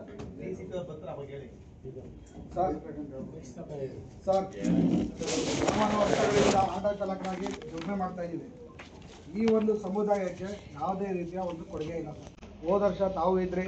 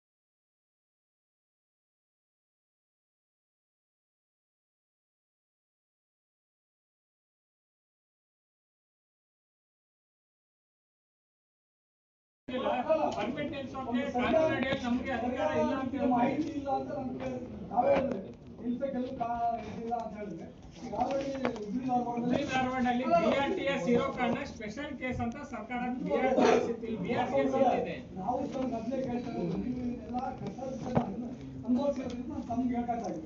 ಯಾವ ಹೇಳಕ್ಕಾಗಲ್ಲ. ಮುದ್ದೆ ಏನಂದ್ರೆ ಮೈಸೂರಿಗೆ ಪರ್ಮಿಟ್ ನಿಲ್ಸಂತ ಅನಿವಾರ್ಯತೆ ಇದೆ. 2000 ಮಾತಾಡಿರೋದು ಬಿಟ್ಟು ಆಲ್ರೆಡಿ ಇಲ್ಲ. ಅದೇ ವಿಚಾರ ಅದನ್ನ ಬಿಟ್ಟು ಮಾತಾಡಿ. ವಿಚಾರ ಬಿಟ್ಟು ಮಾಡ್ತಾ ಇಲ್ಲ. ವಿಚಾರ ಇರೋದ್ರಲ್ಲಿ ವಿಚಾರ ಬಿಟ್ಟಿರೋದು ನಾನು ಹೇಳ್ತಾ ನಮ್ಗಳಿಂದ ಕಲಿಬೇಕಾದಷ್ಟಿದ್ದಾರೆ. ಅವ್ರು ಬಿಟ್ಟಿರೋದನ್ನ ನಾನು ಹೇಳ್ತಾ ಇದ್ದೀನಿ. ಇಲ್ಲಾಂದ್ರೆ ಮೈಸೂರು ನಗರ ಏನಂತ ಮೊದಲು ಬಹಳ ಕಮ್ಮಿ ಇತ್ತು ಜನಸಂಖ್ಯೆ. ಆ ಸಂದರ್ಭದಲ್ಲಿ ಅಂದ್ರೆ ನಮ್ಮ ಪೂರ್ವಜರ ಕಾಲದಲ್ಲಿ ಇದ್ದಂಥ ರಸ್ತೆಗಳೇ ಇರೋದು. ಇವತ್ತು ಮೈಸೂರು ನಗರದಲ್ಲಿ ಆಟೋ ರಿಕ್ಷಾಗಳು ನಾವು ಬಂದಂಥ ಸಂದರ್ಭದಲ್ಲಿ 3 ಅಂಕಿ ದಾಟಿರ್ಲಿಲ್ಲ. ಇವತ್ತು 20,000 ಆಟೋ ರಿಕ್ಷಾಗಳು ಹೋಗಿದ್ರೆ ಆಟೋ ಸ್ಟ್ಯಾಂಡ್ಗಳು ಎಷ್ಟಿದೆ ಅಂದ್ರೆ 150ರಿಂದ 200 ಆಟೋ ರಿಕ್ಷಾ ಸ್ಟ್ಯಾಂಡ್ಗಳನ್ನ ಗುರುತಿಸಿದ್ದಾರೆ. ಆಮೇಲೆ 2015 ಲಾಸ್ಟ್ ಅದು ನಮ್ಮ ದಯಾನಂದ್ ಸಾಹೇಬ್ ಇದ್ದಾಗ ಅಂತ ಕಾಣ್ತದೆ, ಸರ್ವೆ ಆಯಿತು. ಆಗ ನಮ್ಮ RTO ಒಳಗಡೆ ಒಬ್ಬ ಇನ್ಸ್ಪೆಕ್ಟರ್ ಅಧಿಕಾರಿಗಳಂತ ಇದ್ರು, ಅವರು ಎಲ್ಲ ಸೇರ್ಕೊಂಡು ಸೆಕ್ಟರ್ ಟ್ರಾಫಿಕ್ ಅವರೆಲ್ಲ ಮಾಡಿ ಅಂತ ಸಂದರ್ಭದಲ್ಲಿ ಮಾಡದಂತ ವಿಷಯ. ಇವತ್ತು 20,000 ಚಿಲ್ಲರೆಗೆ ಆಟೋ ರಿಕ್ಷಾಗಳು KSRTC ಅವರು ಬಂದಿಲ್ಲ. KSRTC ಅವರು ಬರ್ತಾರೆ, ರೋಡ್ ನಿಲ್ಲಿಸ್ತಾರೆ, ಗಾಡಿ ಒಂದಕ್ಕೊಂದು ನಿಲ್ಲಿಸ್ಕೊಂಡಿರ್ತಾರೆ. ನಾವು ಆಟೋ ಫ್ರೆಂಡ್ ಆಟೋ ಮಯ ಆಗಿರ್ತಾರೆ. ಆಟೋಯಿಂದ ಇದು ಬಸ್ಸಿಂದ ಹಿಡಿದು ಬರೋಂಥ ಸಂದರ್ಭದಲ್ಲಿ ಆಟೋದವ್ರು ಟೆಸ್ಟ್ ಆಗ್ತದೆ. ಬಸ್ನವ್ರ ಮೇಲೆ ಗಲಾಟೆ ಮಾಡೋದು ಯಾರುವೆ, ಯಾಕೆಂದ್ರೆ ಬಸ್ನವ್ರ ಮೇಲೆ ಗಲಾಟೆ ಮಾಡಿದಾಗ ಸರ್ಕಾರಿ ನೌಕರರ ಮೇಲೆ ಗಲಾಟೆ ಮಾಡೋದು ಅಂತ ಅವರೇ ಕಂಪ್ಲೇಂಟ್ ತಗೊಂಡು ನಮ್ಮ ಮೇಲೆ ಆಗ್ತದೆ. ಇದು ಆಗಂತ ಸಂದರ್ಭ. ಎಷ್ಟೋ ಜನ ಟೆಚ್ ಆಗಿ ಕೆಳಗಡೆ ಬಿದ್ದಾರೆ, ಆಟೋದು ಹೊಡೆದಿರೋದು ಉಂಟು, ಬಟ್ಟೆ ಹರಿದಿರೋದು ಉಂಟು, ದಂಡ ಕಟ್ಟಿರೋದು ಉಂಟು. ಇದೆಲ್ಲ ನಡೆದಿರೋ ರಸ್ತೆ ವಿಸ್ತಾರ ಆಗೋಗಂಟ ಮತ್ತೆ ಜನಸಂಖ್ಯೆನ ಸರಿಯಾಗಿ ನೋಡಿ ಜನಸಂಖ್ಯೆ ಆಗೋಗಂಟ ತಾತ್ಕಾಲಿಕವಾಗಿ ನೀವು ಪರ್ಮಿಟ್ ನಿಲ್ಲಿಸಬೇಕಾಗ್ತದೆ, ಪರವಾನಗಿನ. ಅದನ್ನು ನಾನು ಕೇಳಿದ್ರೆ ರಹದಾರಿನ ಅಂತ ಹೇಳ್ತಾ ಇದ್ದೀನಿ. ಯಾಕೆ ದೊಡ್ಡ ದೊಡ್ಡ ವಾಹನಗಳು ಬರ್ತವೆ, ಅವ್ರು ಸಿಟಿಯಿಂದ ಆಚೆ ಕಡೆ ಹೋಗ್ಬೇಕಾಗ್ತದೆ. ಹಳ್ಳಿ ಒಳ್ಳೆ ಜಾಗಗಳೆಲ್ಲ ಸಣ್ಣ ಸಣ್ಣ ಇಲ್ಲದ ಜಾಗಗಳು, ಅವ್ರು ರೋಡ್ ತಗೊಂಡು ನಿಲ್ಸ್ಕೊಳ್ತಾರೆ. ಅವಾಗ ಆ ಕಡೆಯಿಂದ ಓಡಾಡೋರಿಗೆ ಬರೋರಿಗೆ ಹೆಚ್ಚುಗಳಾಗ್ತದೆ. ಇವನ್ನೆಲ್ಲ ಸರ್ವೆ ಮಾಡಿ ರಸ್ತೆಗಳನ್ನ ನಮಗೆ ಮೂಳದಲ್ಲಿರ್ಬೋದು, ಕಾರ್ಪೊರೇಷನ್ ಅವರು ಇವ್ರಿಗೆಲ್ಲರೂ ತಗೊಂಡು ಅಲ್ಲಿಗೆಲ್ಲ ಪರ್ಮಿಟ್ ಇರೋದು ಸ್ಟಾಪ್ ಮಾಡಬೇಕಾಗ್ತದೆ ದಯವಿಟ್ಟು. ಯಾಕೆಂದ್ರೆ ನಮ್ಗೆ ಇವಾಗ ಎಲ್ಲರಿಗೂ ಬಿಸ್ನೆಸ್ ಇದ್ದೋಗ್ತದೆ. ಈಗ ವ್ಯಕ್ತಿ ಹೇಳ್ತಾರೆ 200-300 ರೂಪಾಯಿ ಸಂಪಾದನೆ ಮಾಡೋದು ಕಷ್ಟ ಅಂತ. 9,000 ರೂಪಾಯಿ ಏನು ಜೀವನ ಮಾಡಿರ್ತಾರೆ. 6,000 ರೂಪಾಯಿ ನಾವು ಮಿನಿಮಮ್ 6,000 ರೂಪಾಯಿ ಮನೆ ಬಾಡಿಗೆ ಕಟ್ಟಬೇಕು. ನಮ್ಗೆ ಸೂರಿಲ್ಲ. ನಾವು ಇವತ್ತು ನೆನೆ ಮುಂದೆ ಕೇಳ್ತಾ ಇಲ್ಲ, ನಾವು 1980ರಿಂದನೂ ಕೇಳ್ತಾ ಬರ್ತಾ ಇದ್ದೀವಿ. ಸುರೇಂದ್ರ ಅಂತ ನಾಯಕರು ಅವ್ರು ಬಿಟ್ಟಿದ್ದೀರವರು, ಅವ್ರು ಬಿಟ್ಟರೆ SS ಶಾಸ್ತ್ರಿ ಅಂತ ಪತ್ರಿಕೆ ನಡೆಸ್ತಾ ಇದ್ದಾರೆ. ಅವ್ರ ಕೈಯಿಂದ ನಾವು ಬೆಳಕವಂತವ್ರು ನಮಗೆ ತೋರಿಸ್ಕೊಟ್ಟು ರಸ್ತೆ ನಡೀತಾರಲ್ಲ, ಅವತ್ತಿನ ಕೇಳ್ತಾ ಇದ್ದೀವಿ, ಸೂರು ಕೊಡ್ತಾರೆ. ಯಾಕೆ ಇವತ್ತೇನೋ ಮೂಡೋದ್ರೊಳಗೆ ಕಳೆದ 15 ದಿನದೊಳಗೆ ಒಂದು ಆದೇಶ ಹೊರಡಿಸಿದ್ದಾರೆ, ನಾವು 35,000 ನಿವೇಶನಗಳನ್ನ ಕೊಡ್ತೀವಿ ಅಂತ. ಯಾರು ಕೊಡ್ತಾರೆ? ಇರೋ ಹಣ ಇರೋ ತಗತ್ತಾರೆ, ಹಂಗೆ ಮಾಡಿಕೊಂಡು 40-50 ವರ್ಷದಿಂದ ಕಟ್ಟೇ ಇಲ್ಲ ಜಾಗಗಳು. ಬಡವರು ಕೊಡಿ, ಮನೆಯಲ್ಲಿ ನಿರ್ಮಾಣ ಮಾಡ್ಕೊಡಿ, ಸರ್ಕಾರದ ಗಮನಕ್ಕೆ ತಗೋಬೇಕು. ಅವರು ಯಾಕೆ ಮಾಡಲ್ಲ? ಇವತ್ತು ದಯವಿಟ್ಟು ಇದನ್ನ ಗಮನಿಸಿ ಆದಷ್ಟು ಶೀಘ್ರವಾಗಿ ಪರ್ಮಿಟ್ ನಿಲ್ಲಿಸೋಕ್ಕೆ ವ್ಯವಸ್ಥೆ ಮಾಡಿ. ಇಲ್ಲ ಮುಂದೆ ಇದು ಇದರಲ್ಲಿ ಮನವಿ ಮಾಡ್ಕೊಂಡು ನೊಂದಿ ಹೇಳ್ತಾ ಇರುವಂಥದ್ದು ಉಗ್ರ ಹೋರಾಟ ಮಾಡುವಂಥ ಸಂದರ್ಭ ಬರುತ್ತೆ. 1997ರಲ್ಲಿ ಇವತ್ತಿನ ಮುಖ್ಯಮಂತ್ರಿಗಳೇ ಅದು ಉಪಮುಖ್ಯಮಂತ್ರಿ ಆದಂಥ ಸಂದರ್ಭದಲ್ಲಿ ಪರ್ಮಿಟ್ನ ಒಂದು ಕಂಟ್ರೋಲ್ ತಂದು ಈ ಹೋರಾಟ ಮಾಡುವಂಥ ಸಂದರ್ಭದಲ್ಲಿ PGR ಮಾದೇವಪ್ಪರು ಇವರು ಮಿನಿಸ್ಟರ್ಗಳೆಲ್ಲ ಇದ್ದವರಿಂದ ಮುನೀರಾಗೌಡರಿಗೆ ಮತ್ತೆ ನಮ್ಮ SP ಸುನೀಲ್ ಸಾಹೇಬ್ರಿಗೆ ಅದ್ರ ಜೊತೆ ಕೂರಿಸಿ ಅವತ್ತೊಂದು ನಿರ್ಧಾರ ತಂದು ಇವತ್ತು ತಾವು ಮಾಡಬಹುದು. ತಾವು ಜಿಲ್ಲಾಧಿಕಾರಿ ಆಗಿದ್ದೀರಾ, ನಮ್ಮ ಕಷ್ಟ ಸುಖಗಳು ಕೇಳೋದು ತಾವೇನೆ. ನಮಗೆ ಫಸ್ಟ್ ಮೊದಲನೇ ದೇವರು ನೀವೇನೆ. ನೀವು ನೀವೇನೆ ನಮಗೆ ಕಾಪಾಡಬೇಕಾದ್ರು, ರಕ್ಷಣೆ ಕೊಡಬೇಕಾಗುತ್ತೆ. ಇದನ್ನು ನೀವು ಒಂದು ವ್ಯವಸ್ಥೆ ಮಾಡಿ ಸೂರಿಗೆ ಈ ಸಲ 35,000 ಹೇಳಿದರೆ ಆ 35,000 ನಿವೇಶನಗಳಿಗೆ ನಮಗೆ ಸೂರುಗಳನ್ನ ನಿರ್ಮಾಣ ಮಾಡ್ಕೊಡಿ. ಕಾರಣ ಏನಂದ್ರೆ ಇಲ್ಲದವ್ರು ಕೊಡಿ, ಇರೋರಿಗೆ ಯಾರು ಕೊಡಬೇಡಿ. ಅದಕ್ಕೆ ಇವತ್ತು ಬಹಳ ಅನುಕೂಲಗಳಿದೆ. ಯಾಕೆಂದ್ರೆ ಆಧಾರ್ ಕಾರ್ಡ್ ಇದೆ, ಆಧಾರ್ ಕಾರ್ಡ್ ಚೆಕ್ ಮಾಡ್ಬಿಟ್ರೆ ಪ್ರತಿಯೊಂದು ಸಿಗುತ್ತೆ ಇದಾಗ್ತದೆ. ಎರಡನೇದು, ಆದಿವಾಸಿಗಳ ಸಂಖ್ಯೆ ದಾಳಿ ಇರೋದ್ರಿಂದ ಜನಸಂಖ್ಯೆಯಲ್ಲಿರುವ ರಸ್ತೆಗಳು ಅಗಲೀಕರಣ ಆಗಬೇಕಾಗಿದೆ. ರಸ್ತೆಗಳ ಅಗಲೀಕರಣ ಆಗಬೇಕಾಗಿದೆ. ರಸ್ತೆ ಪಕ್ಕದಲ್ಲಿ ಆಟೋ ಸ್ಟ್ಯಾಂಡ್ ಕೊಡಬೇಕಾಗ್ತದೆ. ಮತ್ತೆ ವಾಹನಗಳು ನಿಲ್ಸೋಕ್ಕೆ ರಸ್ತೆಗಳು ಪಬ್ಲಿಕ್ ಇದೆ. ಈಗ ರಸ್ತೆಯಲ್ಲಿ ನಿಲ್ಸೋದ್ರಿಂದ ನಮ್ಮಲ್ಲಿ ಆಟೋದವ್ರಿಗೆ ಮೊದಲನೇ ತೊಂದರೆ. ಯಾಕೆಂದ್ರೆ ನಾವೆಲ್ಲಿ ನಿಲ್ಸೋ ಓಡಿಸ್ತಾರೆ, ಪೊಲೀಸರು ಓಡಿಸ್ತಾರೆ. ಇವಾಗ ಹೇಳೋದಂಗೆ ನಿಂತಿದ್ದ ಜಾಗದಲ್ಲಿ ಹೇಳ್ಕೊಂಡು ಬೆಳಗ್ಗೆಯಿಂದ ಸಾಯಂಕಾಲ ಅಥವಾ 2 ದಿನ 3 ದಿನ ಗಾಡಿಗಳು ನಿಲ್ಸ್ಕೊಂಡಿರ್ತಾರೆ. ಅವ್ರ ಜೀವನ ಹೆಂಗೆ ನಡೀತದೆ? ಅವ್ರ ಜೀವನ ನಡೀಬೇಕು ಅಂದ್ರೆ ಅದನ್ನು ಮಾಡ್ಬೇಕು. ಸೂರು ಹೇಳ್ಬಿಟ್ಟಿರ್ತದೆ. ಈ ಸೂರು ಅಂತ ಹೇಳೋದ ಮೇಲೆ ಆಡಳಿತ ಸೇವಾ ಶುಲ್ಕ ಅಂತ ಅಂದ್ಬಿಟ್ಟು ನಮ್ಮ ನೆರೆ ರಾಜ್ಯದಲ್ಲಿ ಆಂಧ್ರ ಪ್ರದೇಶದಲ್ಲಿ 15,000 ರೂಪಾಯಿಗಳು ಕೊಡ್ತಾರೆ ಆಟೋ ಚಾಲಕರಿಗೆ ವರ್ಷಕ್ಕೆ. ಅದನ್ನ ದಯವಿಟ್ಟು 15,000ನ ನಮ್ಮ ಆಟೋ ಚಾಲಕರಿಗೆ ಬರೋದಕ್ಕೆ ಒಂದು ರಸ್ತೆ ಮಾಡ್ತೀವಿ. ಅಲ್ಲಿ ಸರ್ಕಾರದಿಂದ ತಂದು ತಂದಾದ್ಮೇಲೆ ಅದನ್ನ ಸಂಘ ಸಂಸ್ಥೆ ತಿಳಿಸಿದ್ರೆ ಮುಂದೆ ಏನು ಮಾಡಬೇಕು, ನಮ್ಗೇನೋ ಹೇಳಾಯ್ತು ಹುಡುಗರಿದ್ದಾರೆ ನೋಡ್ತಾರೆ ಮುಂದೆ ಬರ್ತಾರೆ. ನಾವು ಹೇಳಲೇ ಇಲ್ಲ ಅಂದರೆ ಅವ್ರು ನಾಳೆ ನಮಗೂ ಪ್ರಶ್ನೆ ಮಾಡೋದಿಲ್ಲ. ಇವತ್ತು ನಾನು ಪರ್ಮಿಟ್ ನಿಲ್ಸಕ್ಕೆ ಕೇಳ್ತಾ ಇರೋದ್ರಿಂದ ಮುಂದಿನ ಸಮಾಜಕ್ಕೆ ಉತ್ತಮವಾದ ರಕ್ಷಣೆಗಾದಂಥ ಸಂಚರಿಸಬೇಕಾದಂಥ ವಾಹನಗಳು ಹಿಂದಿನ ಜಾಸ್ತಿನೇ ಕಮ್ಮಿ ಆಗಲ್ಲ. ಇವಾಗ ನಾವು ಓಡಿಸೋಂಥ ಸಂದರ್ಭದಲ್ಲಿ ಹೀರೋ ಮೆಜೆಸ್ಟಿಕ್ ಜಾವ ಮತ್ತೆ ರಾಯಲ್ ಎನ್ಫೀಲ್ಡ್ ಗಾಡಿ ಬಿಟ್ಟರೆ ಯಾವುದೋ ಲ್ಯಾಂಡ್ ರೋಡ್ ಹತ್ರ ಇರಲಿಲ್ಲ. ಆಮೇಲೆ ಲೂನಾ ಬಂತು. ಲೂನಾ ಬಂದರೆ ದೊಡ್ಡ ಗಾಡಿ ಬಂತು. ಪ್ರತಿ ಮನೆಯಲ್ಲಿ ಇವತ್ತು 1-2 ಗಾಡಿಗಳಿದೆ, ಕಾರುಗಳಿದೆ. ರಸ್ತೆ ನಿಲ್ಲಿಸ್ಕೊಂಡಿದ್ದಾರೆ, ರಸ್ತೆಗಳ ಅಗಲ ಆಗ್ತಾಯಿಲ್ಲ. ಅದಕ್ಕೆ ಕಾರಣ ಅಂದರೆ ಇವರು ಹೈಟು ಮತ್ತು ಅಲ್ಲಿರೋ ಅಧಿಕಾರಿಗಳು ಅದನ್ನು ಸರಿಯಾದ ರೀತಿಯಲ್ಲಿ ಇಂಜಿನಿಯರ್ಗಳು ಏನು ತಂದುಕೊಡೋದು ಅದು ನೋಡಿದ್ರೆ ಕಣ್ಮುಚ್ಚಿಕೊಂಡು ಟ್ರೈ ಮಾಡ್ತಾ ಇದ್ದಾರೆ. ಇವತ್ತು ನೀವು ತಾವು ಹೊಸ ಬದಲಾವಣೆಗಳು ಹೋದರೆ ತಾವು ಗಮನಿಸಬೇಕಾದಂಥ ಈ ವಿಷಯ ರೋಡ್ಗಳು ಚಿಕ್ಕ ನಾನು ಹೇಳ್ತಾ ಇದ್ದೀನಿ. 70 ದಶಕದ ಇದ್ದಂಥ ಸಂದರ್ಭದಲ್ಲಿ DC ಸಾಹೇಬರು, SP ಸಾಹೇಬರು ಕುದುರೆ ಮೇಲೆ ಬರೋದಂತ ಸಣ್ಣ ಹುಡುಗ ಬೇರೆಯವರನ್ನೆಲ್ಲ ನೋಡ್ತಾ ಇದ್ರು. ಇವತ್ತು ಯಾರು ಬರಲ್ಲ, ಯಾವ್ರಿಗೆ ಏನು ನಡೀತಾ ಇದೆ ಪಬ್ಲಿಕ್ ಕಾಣ್ತಾ ಇಲ್ಲ. ಅದೊಂದು ಕಡೆ ಆಯಿತು ಅಂದ್ರೆ ಹಿಂದೆ ಆಪೋಸಿಟ್ ಕಮಿಷನರ್ ಸಾಹೇಬರು ಇಬ್ರಾಹಿಂ ಹೆಮ್ಮೆ ಪಡ್ತೀವಿ. ರಸ್ತೆಗಳು ರೋಡೆಲ್ಲ ಅಗ್ಲ ಮಾಡಿಸ್ತಾ ಇದ್ರು. ಮತ್ತೆ ಎಲ್ಲೆಲ್ಲಿ ಫುಟ್ಪಾತ್ ಮೇಲೆ ಜನ ರಸ್ತೆ ಬಂದ್ಬಿಟ್ಟಿದ್ದಾರೆ, ಅದನ್ನೆಲ್ಲ ತಗ್ಗಿಸ್ತಾ ಇದ್ರು. ಇವತ್ತು ಯಾವ ಕೆಲಸ ಮಾಡ್ತಾರೆ? ಶಾಲೆ ಓಡೋಕ್ಕಾಗಲ್ಲ, ಅವರೆಲ್ಲ ತಿಳ್ಕೋಬೋದು. ಆಟೋದವ್ರು ಎಲ್ಲೋ ಬಾಯಿ ಹಿಡಿಸ್ತಾರೆ, ಎಳ್ಕೊಂಡು ಹೋಗುತ್ತೆ, ನಮಗೆ 500 ರೂಪಾಯಿ ದಂಡ ಹಾಕ್ತಾರೆ. ಇದೆಲ್ಲ ನಡೀತಾರೆ. ಇದೆಲ್ಲ ಮಾಡಬೇಕಾಗಿಲ್ಲ. ತಾವು ಎಲ್ಲ ಅನುಭವಿಸಿದ್ರ ದಯವಿಟ್ಟು ನಾನು ಅತ್ಯಂತ ಕಳಕಳಿಯಿಂದ ಮುಗಿದ್ರೆ ನೀವು ಸರ್ವೆ ಮಾಡಬೇಕು ಅಂತ ನಾನು ತಮ್ಮಲ್ಲಿ ಕೇಳ್ತೀನಿ.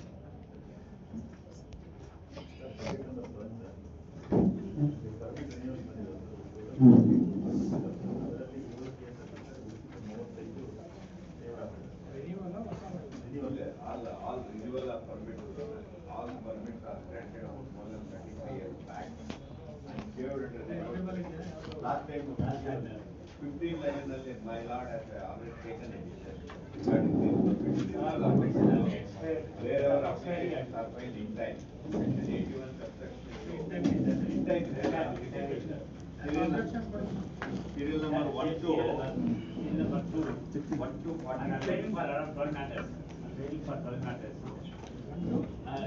42 ಇದೆ. ನಾನು ಒಂದೊಂದು ಹೇಳ್ತೀನಿ. Serial number 1 I appear for. Serial number 2 ಯಾವ್ದು ಅಬ್ಜೆಕ್ಷನ್ ಇದೆ? ಅವರ ಅಪ್ಲಿಕೇಶನ್ ಅಪಿಯರ್ ಆಗ್ತಾರೆ. KSRTC ಕಡೆಯಿಂದ ಅಬ್ಜೆಕ್ಷನ್ ಕೊಡ್ತಾರಲ್ಲ ಬೇಡ ಅಂತ ಅಲ್ಲಿ KSRTC ಅವರು ಹೇಳಿದ್ರೆ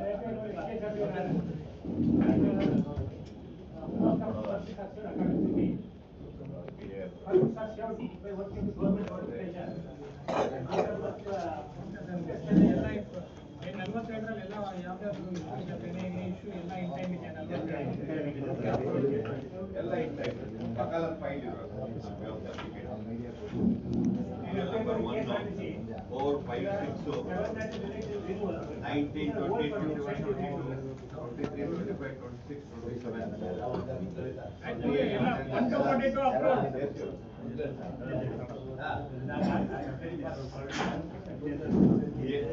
ಕೆ ಜಯರಾಮ್ ಅನ್ನೋದಿಲ್ಲ.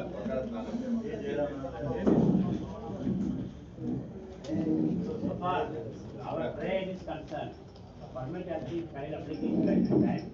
Permit are saved. And it has been received from the date of expiry of the permit for 5 years.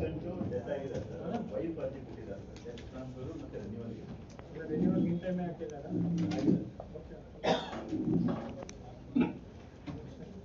Last one sir, ಗುರುವನ್ನ ಅವರು ವೆಹಿಕಲ್ ರಿಪ್ಲೇಸ್ಮೆಂಟ್ ಪ್ಲಸ್ ರಿನ್ಯೂವಲ್ ಎರಡು ಹಾಕಿದ್ದಾರೆ. ವೆಹಿಕಲ್ ಚೇಂಜ್ ಮಾಡೋ in time approved for the applicant, no? Yes, sir. Opposing this. The permits were not, though they were renewed, they were not obtained endorsement. And therefore, vehicles are not covered, which means, according to Section 6, the vehicle is not covered, which means the permit is dead. Therefore, my request is, in case the permit is revived, first they have to remove the vehicle, revive the permit, thereafter they have to seek for renewal. According to serial number 4 and 5. Last two subjects. 8 and 9. Jayram, Rasa Murugan. Go back. 8 and 9.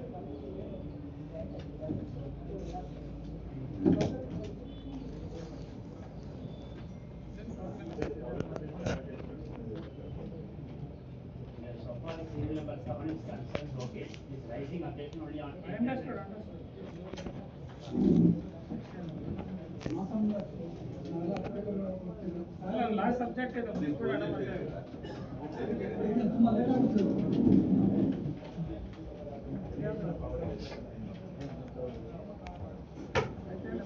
ಹೇಳಪ್ಪ, ನಾನು ಬಂದಿದ್ದಾರೆ.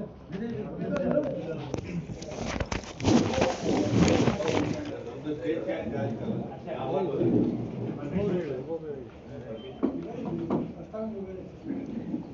Sir ಮಾತಾಡ್ಬೋದಾ?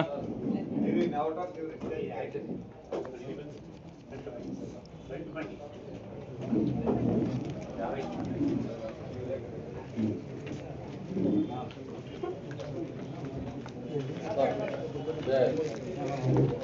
Suburban bus ಸ್ಟ್ಯಾಂಡಲ್ಲಿ ಪ್ರೀಪೇಡಲ್ಲಿ ನಮ್ಗೆ outer ring road ಪಾಯಿಂಟ್ಗಳು ಮಾಡ್ಕೊಡ್ಬೇಕು. ಹೊಸದಾಗೆ ಹೊಸ area survey ಆಗಿಲ್ಲ ಇನ್ನೂ, ಅದೊಂದು ಮಾಡ್ಕೊಡ್ಬೇಕು. ಅದಾದಮೇಲೆ ಬೆಂಗಳೂರು ನೀಲಗಿರಿ ರೋಡ್ ಇದೆಯಲ್ಲ ಸರ್, ನಮಗೆ ವೀಕೆಂಡಲ್ಲಿ ಇವರು ಒನ್ ವೇ ಮಾಡಿದ್ದಾರೆ ಅಂತ ನಾವು ಅಂದ್ಕೊಂಡು ಈಗ ಪ್ರತಿದಿನ ನಿತ್ಯ ಒನ್ ವೇ ಮಾಡಿರೋದ್ರಿಂದ ನಮಗೆ ತುಂಬ ತೊಂದರೆ ಆಗ್ತಿದೆ ಸರ್. ಬಸ್ಸಲ್ಲಿ ಜನ 6 ಗೇಟಿಂದ ಬಂದು ಅಲ್ಲಲ್ಲೇ ಇಳ್ಕೊಳ್ಳೋದ್ರಿಂದ ಬಸ್ ಸ್ಟ್ಯಾಂಡ್ಗೆ ಜನ ಬರ್ತಾ ಇಲ್ಲ, ನಮಗೆ ಆಟೋದವ್ರಿಗೆ ತುಂಬ ತೊಂದರೆ ಆಗ್ತೈತೆ ಸರ್. ಈಗ ಸೋಮವಾರದಿಂದ ಶುಕ್ರವಾರ ಗಂಟ ಏನು ತೊಂದರೆ ಇಲ್ಲ ಸರ್ ಟ್ರಾಫಿಕ್. ಅಂದರೆ ಒಂದೇ ರೋಡಲ್ಲಿ 6 ಗೇಟಿಂದ ಬರೋದ್ರಿಂದ ಇನ್ನೂ ಟ್ರಾಫಿಕ್ ಜಾಮ್ ಆಗ್ತೈತೆ ನಮಗೆ. ಆಮೇಲೆ ಪ್ರೀಪೇಡ್ ಜನನೂ ಬರ್ತಾ ಇಲ್ಲ, ಅಲ್ಲಲ್ಲೇ ಇಳಿಸ್ತಾ ಇದ್ದಾರೆ ಸರ್. ಅದನ್ನು ಒಂದೇ ಒಂಚೂರು ರಿಮೂವ್ ಮಾಡ್ಕೊಡ್ತಾರೆ ಸಾಕು ಸರ್. ಎಲ್ಲ ಒಟ್ಟಿಗೆ ಮಾತಾಡಿ ಆಮೇಲೆ ಲಾಸ್ಟಿಗೆ 2004 ಸರ್ವ್ ಆಗಿದೆ ಸರ್. ಅವತ್ತಿನ ದಿನ ಪ್ರೀಪೇಡ್ ಮೋಟರ್ಸ್ ಪ್ರೀಪೇಡ್ ಸರ್, ಎಲ್ಲೂ ಡಿವೈಡರ್ ಇದ್ದಿಲ್ಲ ಅವತ್ತಿನ ದಿನ. ಇವತ್ತಿನ ದಿನ ಎಲ್ಲ ಕಡೆ ಡಿವೈಡರ್ ಇದೆ.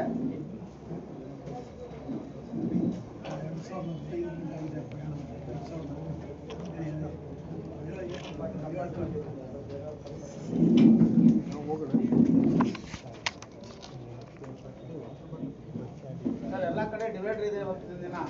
ಒಂದು ಏರಿಯಾಗೆ ಹೋಗ್ಬೇಕಾದ್ರೆ ಅವತ್ತೊಂದು ಬಸ್ ಸರ್ವೆ ಮಾಡಿರೋದು. ಆ ಬಸ್ ಸರ್ವೆ ಮಾಡಿದಾಗ ಅವತ್ತಿನ ದಿನ ಅರ್ಧ ಕಿಲೋಮೀಟರ್ ಏರಿಯಾ ಇತ್ತು ಅಷ್ಟೇ. ಇವತ್ತಿನ ದಿನ 2-2.5 ಕಿಲೋಮೀಟರ್ ಏರಿಯಾ ಬೆಳೆದಿದೆ. ಸರ್ವೆ ಮಾಡಿದ್ರೆ ನಮ್ಗೆ ಜಾಸ್ತಿ ಬರುತ್ತೆ ಕಿಲೋಮೀಟ್ರು. ಇವ್ರು ಏನು ಮಾಡಿದ್ದಾರೆ, ಹೋದ್ಸಲ ಇವರು DCP ಮೇಡಮ್ ಜಾನ್ವಿ ಮೇಡಮ್ ಇದ್ದಾಗ ಮನೋಜ್ ಅಂತ ಸಾಫ್ಟ್ವೇರ್ ಅಪ್ಡೇಟ್ ಮಾಡೋದು, ಅವ್ರು ಹೇಳ್ಕೊಟ್ಟಿದ್ರು ಈ ಥರ ಮಾಡ್ಬೇಕಪ್ಪ ಸರ್ವೆ ಅಂತ. ಮನೋಜ್ ಪಾರ್ಟಿ ಆ ಥರ ಮಾಡಲ್ಲ, ಯಾರು ಹೇಳಿದ್ರು ಆ ಥರ ಮಾಡಲ್ಲ. ನಾವು ಕಿಲೋಮೀಟರ್ ಕಡಿಮೆನೂ ಮಾಡಿದ್ದಾರೆ ಅವರು. Manoj computer software worker sir. ಎಲ್ಲಿ? ಪ್ರೀಪೇಡ್ಗೆ ಅವರು ಏನ್ ಮಾಡ್ತಾರೆ ಅಂದ್ರೆ ಕಡಿಮೆ ಮಾಡಿದ್ದಾರೆ. ಅವ್ರ ಮನೆ ವಿಜಯನಗರ ಐತೆ ಅಂದ್ಬಿಟ್ಟು 90 ರೂಪಾಯಿ ಹಾಕ್ತಿರ್ತಾರೆ. ಮೀಟ್ರಲ್ಲಿ ಹೋದ್ರೆ 102 ರೂಪಾಯಿ ಮೀಟ್ರ್ ಬೀಳುತ್ತೆ. ಮೀಟ್ರ್ ನಾರ್ಮಲ್ ಮೀಟ್ರ್ ತಿರ್ಸ್ಕೊಂಡು 102 ರೂಪಾಯಿ ಬೀಳುತ್ತೆ. ನಮ್ಮ ಮನೆ ವಿಜಯನಗರದಲ್ಲಿದೆ, ಇಷ್ಟೊಂದು ಯಾಕೆ ಅಂದ್ಬಿಟ್ಟು ಅವರೇ ಕಡಿಮೆ ಮಾಡ್ತಾರೆ. ಅವರು ಇದಕ್ಕೆ ಮಾಡ್ಕೊಂಡವ್ರೆ. ಹಂಗೆ ಆಯ್ತು ಕತೆ. ಈಗ ನಿಮ್ಮಿದು ಸ್ವಂತಕ್ಕೋಸ್ಕರ ಯೂಸ್ ಮಾಡ್ತೀರಾ ಅಂತ ಕೇಳಿದ್ವಿ ನಾವು. ಸರ್ ಇಲ್ಲಿರೋ ರಾಘವೇಂದ್ರ ನಗರ ಇಲ್ಲಿ ಸ್ಟಾರ್ಟ್ ಆಗುತ್ತೆ ಸರ್. ಬಿ ಕಂಪ್ನಿಯಿಂದ ಸ್ಟಾರ್ಟ್ ಆಗುತ್ತೆ, ರಾಜ್ಕುಮಾರ್ ರೋಡ್ ಎಂಡ್ ಆಗುತ್ತೆ. 102 ರೂಪಾಯಿ 3 ಭಾಗ ಇದೆ. ರಾಘವೇಂದ್ರ ನಗರ 3 ಭಾಗ ಬರುತ್ತೆ. 3 ಭಾಗಕ್ಕೆ 102 ರೂಪಾಯಿ. ಆ ಏರಿಯಾ ಸುತ್ತಳತೆ ಕಿಲೋಮೀಟರ್ ಎಷ್ಟು ಬರುತ್ತೆ? ಅದನ್ನ ಯಾರು ಲೆಕ್ಕ ಮಾಡಿಲ್ಲ.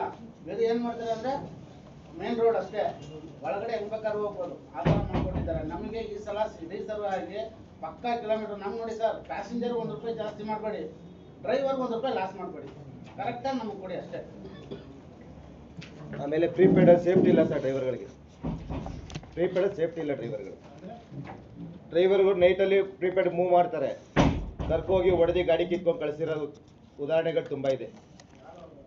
ಪ್ಯಾಸೆಂಜರ್ಸ್ ಗಾಡಿಗಳು ಕಿತ್ಕೊಂಡು ಹೊಡೆದು ಅವರಿಗೆ ಮೊಬೈಲ್ ಗಿಬೆಲ್ಲ ಕಿತ್ತಿ ದುಡ್ಡೆಲ್ಲ ಕಿತ್ತಿ ಕಳಿಸಿರೋ ಸುಮಾರು ಜನ. ಇದು ರೈಲ್ವೆ ಬಸ್ ಸ್ಟಾಂಡ್ ಪ್ರೀಪೇಡಲ್ಲಿ ನಡೆದಿದೆ. ಹೆಚ್ಚು ಕಡೆ ಒಂದು 5-10 ಗಾಡಿಗಳಿಗಾಗಿದೆ ಹಂಗೇನೆ. ಅದಾದಮೇಲೆ ರೈಲ್ವೆ ಸ್ಟೇಷನ್ ಸರ್ಕಲಲ್ಲಿ ನೀವು ಅವತ್ತು ಲಕ್ಷ್ಮೀಪುರಂ ಸ್ಟೇಷನಲ್ಲಿ ನೀವು ಮತ್ತೆ ಬಂದಾಗ ಅವತ್ತು ಹೇಳಿದ್ರಿ, ಇಲ್ಲಿವರೆಗೂ ಒಂದು ಮೈಕ್ ಫೆಸಿಲಿಟಿ ಮಾಡ್ಕೊಳ್ಳಿಲ್ಲ, ಒಂದು ಕ್ಯಾಮ್ರಾ ಫೆಸಿಲಿಟಿ ಮಾಡ್ಕೊಳ್ಳಿಲ್ಲ. ಒಂದು ದಿವಸ ಹಿಂಗೆ ಮಂಡಿ ಸ್ಟೇಷನ್ಗೆ ಹೋದಾಗ ನಾವು ಇರೋದು ಗಲಾಟೆ ಮೇಲೆ, ನೀವು ಪ್ರೀಪೇಡಲ್ಲೇ ಹೊಡೆಯೋಕೆ ಏನಾಗ ಏನು ಪ್ರೂಫ್ ಐತೆ ನಿಮ್ಮ ಹತ್ರ ಅಂತ ಇನ್ಸ್ಪೆಕ್ಟ್ರು ಕೇಳ್ತಾರೆ. ನಾವು 2006-2007 ಇದರಿಂದ ನಾವು ಪ್ರೀಪೇಡಲ್ಲಿ ಜೀವನ ಮಾಡ್ಕೊ ಬರ್ತಾ ಇರೋದು. ಹಂಗಾಗಿ ಪ್ರೀಪೇಡಲ್ಲಿ ಇಲ್ಲಿವರೆಗೂ ಕಲೆಕ್ಟ್ ಆಗ್ತಾ ಇರೋ ದುಡ್ಡಲ್ಲಿ ಡ್ರೈವರ್ಗಳಿಗೆ ಮಾಡಬೇಕು ಅಂತ ಇದ್ದಿದ್ದು ಇದರಲ್ಲಿ ಒಂದು ದಿವಸ ಒಂದು ಯೂನಿಫಾರ್ಮ್ ಕೊಡಲಿಲ್ಲ, ಒಂದು ದಿವಸ ಮೆಡಿಕಲ್ ಚೆಕಪ್ ಮಾಡಲಿಲ್ಲ, ಒಂದು ಐ ಟೆಸ್ಟ್ ಮಾಡಲಿಲ್ಲ, ಏನಂದರೆ ಏನೂ ಮಾಡಲಿಲ್ಲ. ಮೊದಲು DL ಎಲ್ಲ ಮಾಡಿಸ್ಕೊಡ್ತಾ ಇದ್ರು ಅದರಲ್ಲೇ. ಯಾವ ದಿವಸ DL ನಾರ್ಮಲ್ ಆಗಿದೆ ಅಂದ್ಬಿಟ್ಟು DLಗಳಿಗೂ ಮೂವ್ ಮಾಡ್ತಾರೆ. ಸರ್ ನಮಸ್ಕಾರ. ಬಂದು ನಾಗರಾಜ್ ಅಂತ, ಮೈಸೂರು ಜಿಲ್ಲಾ ಅಧ್ಯಕ್ಷ, ಜೈ ಕನ್ನಡಾಂಬೆ ಮಹಾಸೇನೆ ಸಂಘಟನೆಯಿಂದ ಬಂದಿದ್ದೀನಿ. ಆಟೋ ಚಾಲಕರ ಜೊತೆಗಿದ್ದೀನಿ. ಜೊತೆಗೆ ಏನು ಅಂತಂದರೆ, ಗ್ರಾಮಾಂತರ ಪ್ರದೇಶಗಳಲ್ಲಿ ಅತಿ ಹೆಚ್ಚು ಕ್ರೈಮ್ಸ್ ನಡೀತಾ ಇದೆ ಸರ್ ಆಟೋ ಚಾಲಕರ ಮೇಲೆ. ಉದಾಹರಣೆಗೆ ಈಗ ಮೊನ್ನೆ ಆದಂತಹ ಒಂದು ನರಸೀಪುರದಲ್ಲಿ ಆ ಪಕ್ಕದಲ್ಲೇ ಇರುವಂಥ 1 ಕಿಲೋಮೀಟರ್ ಅಂತರದಲ್ಲಿರುವಂಥ ಒಂದು ಗ್ರಾಮ, ಆ ಗ್ರಾಮಕ್ಕೆ ಕರ್ಕೊಂಡು ಹೋಗ್ತಾರೆ ನೈಟು. ಆಟೋ ಚಾಲಕನ ಒಂದು ಆಟೋ ಬಾಡಿಗೆಗೋಸ್ಕರ. ಆ ಆಟೋ ಬಾಡಿಗೆ ಹೋದಾಗ ಆ ವ್ಯಕ್ತಿ ಹತ್ರ ಮೊಬೈಲ್ ಕಿತ್ಕೊಂಡು ಹಲ್ಲೆ ಮಾಡಿ ಅದು ದೊಡ್ಡ ಇಶ್ಯೂ ಕೂಡ ಆಗಿತ್ತು. ನಾನು ಮಾಧ್ಯಮದಲ್ಲಿರೋದ್ರಿಂದ ಅದು ಕೂಡ ನಾನು ಸುದ್ದಿ ಕೂಡ ಮಾಡಿದ್ದೆ. ಹಾಗಾಗಿ ದಯವಿಟ್ಟು ಗ್ರಾಮಾಂತರದ ಬಗ್ಗೆ ಭಾಳ ಒಂದು ಸ್ವಲ್ಪ ಕೇರ್ ತೊಗೊಬೇಕು ಡಿ ಸಿ ಅವರು. ಮತ್ತು ಕೆಲವೊಂದು ಆಟೋ ಚಾಲಕರ ಏನಿಲ್ಲ, ಇವತ್ತು ಎಲ್ಲ ರಾಜ್ಯದ ಆಟೋ ಚಾಲಕರ ಜೊತೆಗೆ ಇವತ್ತು ನಮ್ಮ ಮೈಸೂರು ಆಟೋ ಚಾಲಕರ ಬಗ್ಗೆ ಭಾಳ ಹೆಮ್ಮೆ ಇರುವಂಥದ್ದು ರಾಜ್ಯದಲ್ಲಿ. ಹಾಗಾಗಿ ಪೊಲೀಸ್ ಇಲಾಖೆ ಸ್ಪಂದಿಸ್ತಾ ಇದೆ. ಬಟ್ ಎಲ್ಲೋ ಕೆಲವರು ಒಂದು ಸ್ವಲ್ಪ ದಬ್ಬಾಳಿಕೆಗಳು ಮಾಡ್ತಾ ಇದ್ದಾರೆ. ಅಂದರೆ ಆಟೋ ಚಾಲಕರ ಒಂದು ಮನವಿ ಮೇರೆಗೆ ಮಾಡ್ತಾ ಇರ್ಬೋದು ಕಾಣುತ್ತೆ. ಹಾಗಾಗಿ ದಯವಿಟ್ಟು ಈ ಒಂದು ಕೆಲವೊಂದು ಕ್ರೈಮ್ಗಳಾಗ್ತಾ ಇದೆ. ಆಮೇಲೆ ಆಟೋದಲ್ಲಿ ಏನೆಲ್ಲ ಸಾಗಿಸ್ತಾ ಇದ್ದಾರೆ ಅಂತ ಕೂಡ ಭಾಳ ವಿಶೇಷವಾಗಿ ನೋಡುವಂಥದ್ದು ಕೆಲಸಗಳಾಗಬೇಕು ಸರ್. ಪೊಲೀಸ್ ಇಲಾಖೆ ಮತ್ತು ಟ್ರಾಫಿಕ್ನವರು ಹೀಗೆ ಗೋಮಾಂಸಗಳು ಸಾಗಿಸ್ತಾ ಇದ್ದಾರೆ. ಅದು ಕೂಡ ನಾನು ಸುದ್ದಿ ಕೂಡ ಮಾಡಿದ್ದೆ. ನಾನು ಮಾಧ್ಯಮದಲ್ಲೂ ಕೂಡ ಇದ್ದೀನಿ, ಒಂದು ಸಂಘಟನೆಯಲ್ಲಿ ಕೂಡ ಒಂದು ಜವಾಬ್ದಾರಿ ಕೂಡ ತೊಗೊಂಡಿದ್ದೀನಿ. ದಯವಿಟ್ಟು ಏನೆಲ್ಲ ಇವತ್ತು ಆಗ್ತಿರುವಂಥ ಒಂದು ಬಾಂಬ್ ಬ್ಲಾಸ್ಟಿಂಗ್ ಏನು ಡೆಲ್ಲಿಲಿ ಆಯಿತು, ಹಾಗಾಗಿ ಆ ವಿಚಾರವಾಗಿ ಕೂಡ ಒಂದಷ್ಟು ಭದ್ರತೆಗೋಸ್ಕರ ನೀವು ಅದನ್ನು ಚೆಕ್ ಮಾಡಬೇಕಾಗಂತ ನಾವು ಮನವಿ ಮಾಡ್ಕೊತೀವಿ ನಮ್ಮ ಸಂಘಟನೆಯಿಂದ. ನಮಸ್ಕಾರ.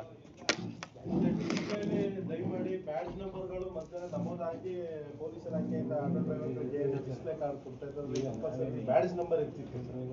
ಈಗ ಅದು ಬ್ಯಾಡ್ಜ್ ನಂಬರ್ ತೆರವಾಗ್ಬಿಟ್ಟು ಮಾಮೂಲಿ ಒಂದು DL ನಂಬರ್ ಅಲ್ಲಿ ಬರ್ತದೆ. ಇದರಿಂದ ಏನಾಗುತ್ತೆ, ಅಪಘಾತ ಆದಂತ ಸಂದರ್ಭದಲ್ಲಿ ಇನ್ಶೂರೆನ್ಸ್ ಕ್ಲೈಮ್ ಆಗೋದಿಲ್ಲ, ಮತ್ತೆ ಸರ್ಕಾರದ ಯೋಜನೆಗಳು ಪಡ್ಕೊಳಕ್ಕಾಗೋದಿಲ್ಲ. ಹಾಗಾಗಿ ಅದೇನಾದ್ರೆ ಒಂದು ಮನಾಪಲ್ಲಿ ಆಗ್ಬಿಟ್ಟಿದೆ. ಇದೇನಂದ್ರೆ ತಮ್ಮಲ್ಲಿ ಈ ಸಂದರ್ಭದಲ್ಲಿ ಕೋರ್ಕೊಳ್ಳೋದೇನಂದ್ರೆ ಕಳಕಳಿಯಿಂದ ದಯಮಾಡಿ ಬ್ಯಾಡ್ಜ್ ನಂಬರ್ಗಳನ್ನ ಮೆನ್ಷನ್ ಮಾಡಿ ಆಟೋ ಡ್ರೈವರ್ಗಳಿಗೆ ಡಿಸ್ಪ್ಲೇ ಕಾರ್ಡ್ ಕೊಡೋದ್ರಿಂದ ಈಗೇನು ಅತಿರೇಕಕ್ಕೆ ಅವ್ಯವಸ್ಥೆ ಇದೆ ಅದು ಒಂದು ಹಂತಕ್ಕೆ ಕಡಿವಾಣ ಆಗುತ್ತೆ. ಹಾಗೆ ಹಂತವಾಗಿ ಅವೆಲ್ಲ ಸುಧಾರಣೆ ಆಗುತ್ತೆ ಅನ್ನೋದನ್ನ ನಾನು ತಮ್ಮಲ್ಲಿ ವಿನಂತಿಸ್ಕೊಳ್ತೀನಿ ಸರ್. ಯಾಕಂದ್ರೆ 35 ವರ್ಷದಿಂದ ಆಟೋ ಓಡಿಸಿ ಈಗ 5 ವರ್ಷದಿಂದ ಆಗಿರ್ತಕ್ಕಂಥ 4 ವರ್ಷದಿಂದ ಇತ್ತೀಚೆಗೆ ಆಗಿರ್ತಕ್ಕಂಥ ಅವ್ಯವಸ್ಥೆ ಪೊಲೀಸ್ ಡಿಪಾರ್ಟ್ಮೆಂಟ್ ಅದನ್ನ ಕಂಟ್ರೋಲ್ ಮಾಡೋಕ್ಕಾಗಲ್ಲ, ಆ ಸ್ಥಿತಿಗೆಲ್ಲ ಆಗ್ಬಿಟ್ಟಿದೆ. ಯಾಕೆಂತಂದ್ರೆ ಒಂದು ನಾರ್ಮಲ್ DL ಇಟ್ಕೊಂಡು ಸಹ ಆಟೋಗಳನ್ನ ತಗೊಂಡು ರೋಡಿಗೆ ಬಂದು ಅವ್ರಿಗೆ ಕಾನೂನಿನ ಅರಿವೇ ಇಲ್ಲ. ನಾವು 35 ವರ್ಷದಿಂದ ಆಟೋ ಓಡಿಸಿ ನಾವು ಡಿಪಾರ್ಟ್ಮೆಂಟ್ಗಳು ಕಾಕಿ ಡ್ರೆಸ್ ನೋಡಿದ್ರೆ ಸಾಕು, ನಮ್ಗೊಂದು ಮನ್ಸಲ್ಲಿ ಒಂದು ಅವೇರ್ನೆಸ್ ಬರ್ತದೆ. ನಾವು ಹೀಗಿರ್ಬೇಕು. ಹೀಗೆ ಬೇಕಾದ್ರೆ ವಿಡಿಯೋಗಳು ಲೈವ್ ಮಾಡಿ ತೋರಿಸ್ಬಿಡ್ತೀವಿ ಸರ್. ಅವ್ರು ಹೆಂಗಿರ್ತಾರೆ ಅಂತಂದ್ರೆ ಹೇಳ್ಕೊಳಕ್ ಅಸಾಧ್ಯ ಸರ್. ನಮ್ಗೆ ಅವಮಾನ ಆಗುತ್ತೆ. ಈಗ ಏನಾಗ್ಬಿಡ್ತದೆ ಅಂತಂದ್ರೆ ಕಾಕಿ ಡ್ರೆಸ್ ಹಾಕೊಂಡು ಆಟೋ ಓಡಿಸಿದ್ರೆ ಎಲ್ಲಾರು ಆಟೋ ಚಾಲಕರಾಗ್ಬಿಟ್ಟವ್ರೆ ಸರ್. ರಿಪೋರ್ಟಲ್ಲಿ ಬರ್ತದೆ ಸರ್, ವಿತೌಟ್ ಯೂನಿಫಾರ್ಮ್ ಜಾಕೆಟ್ ಹಾಕೊಂಡು ಒಳ್ಳೆ ಇದು ಟೂರಿಸ್ಟ್ ಜೊತೆಗೆ ಅವ್ರುಗಳ ಬಿಹೇವಿಯರು ನೈಟಲ್ಲಿ ತುಂಬ ಚೇಂಜ್ ಆಗುತ್ತೆ. ಅವ್ರು ಬೆಳಿಗ್ಗೆ ಹೊತ್ತು ಬರೋದೇ ಬೇರೆ ಥರ, ನೈಟಲ್ಲಿ ಬರೋದೇ ಬೇರೆ ಥರ. ಅದಕ್ಕೆ ಉದಾಹರಣೆಯಾಗಿ ಈಗ ರೈಲ್ವೆ ಡ್ರೈವರ್ಸ್ ಪ್ರಿಪೇಡ್ ಈಗ ಒಂದು 2 ತಿಂಗಳಿಂದ ನಡೀತಾ ಇದೆ. ACB ಸರ್ ಹೇಳ್ದಾಗಲಿಂದ ಅದರಲ್ಲಿ ಈ ಓಲೋ ಒಬ್ಬರು ಹುಡುಗರುಗಳನ್ನ ಗಾಡಿಯಿಂದ ತೆಗೆದು ಮುಂದೆ ಹಾಕೊಳ್ಳಿ ಅಂತ ಹೇಳಿದ್ದು ಹೋಮ್ ಗಾರ್ಡ್ ಹುಡುಗಂಗೆ ಹಿಗ್ಗಾಮುಗ್ಗ ಹೊಡೆದು ಅವನ್ನ ವಿತಿನ್ ಇಲ್ಲಿವರೆಗೂ ಕೆಲಸಕ್ಕೆ ಬರೋಕ್ಕೆ ಬಂದಿರಲಿಲ್ಲ, ಡ್ಯೂಟಿಗೆ ಬಂದಿರಲಿಲ್ಲ ಪ್ರೀಪೇಡ್ ಆನ್ ಮಾಡೋಕ್ಕೆ. ಇವಾಗ 4 ದಿವಸದಿಂದ ಬಂದು ಪ್ರೀಪೇಡ್ ಆನ್ ಮಾಡ್ತಾರೆ. ಇವತ್ತಿನ ದಿವಸ ಕಾನೂನಲ್ಲಿ ಬ್ಯಾಡ್ಜ್ ಇಲ್ಲದೆ ಇರೋದ ಕಾರಣನೇ ಎಲ್ಲ ಡ್ರೈವರ್ಗಳನ್ನ ನಾವು ವೈಟ್ ಬೋರ್ಡ್ ಎತ್ಕೊಬಂದು ನಾವು ದುಡಿಬೋದು ಅನ್ನೋ ಬಂದ್ಬಿಟ್ಟು ಅವ್ರ ಶೋಕಿಗೋಸ್ಕರ ಅಲ್ಲ ಎಲ್ಲ ಪೊಲೀಸರು ಸ್ಟೇಷನ್ ಕಂಪ್ಲೇಂಟ್ ಕೊಡಕ್ಕೆ ಹೋಯ್ತು ಅಂದರೆ ನೀನು ಡ್ರೈವರ್ ಅವನು ಜೀವನ ಮಾಡಬಾರ್ದು ಹೋಗು ಅಂತ ಕಳೀತಾರೆ. ಆಮೇಲೆ ಗಾಡಿಗಳ ಕಳಿಸ್ಬೇಕಾದ್ರೂ ಹೇಳ್ತಾರೆ, ಅವಾಚ್ಯ ಶಬ್ದಗಳಿಂದ ಬೈತಾರೆ, ಹೋಗೋ ಬೋಳಿ ಮಕ್ಕಳ. ಏನಂದ್ರೆ ಸರ್, ಈ ಬ್ಯಾಡ್ಜ್ ನಂಬರ್ ಇಂದ ಅಪಘಾತ ಆಗ್ಬಿಟ್ರೆ ಸರ್ ಯಾವುದೇ ಅವರು ಮನೆ ಮಠ ಮಾರಿ ಸರ್ ಇವಾಗ ಏನಂದ್ರೆ ಇವಾಗ ನಾವು ಅಪಘಾತ ಆದಂತ ಸಂದರ್ಭದಲ್ಲಿ ಬ್ಯಾಡ್ಜ್ ನಂಬರ್ ಇಲ್ಲ ಅಂದ್ರೆ ಸರ್ ಎಲ್ಲ ಮನೆ ಮಠ ಮಾರಿ ಅವ್ರದ್ದು ಪ್ಯಾಸೆಂಜರ್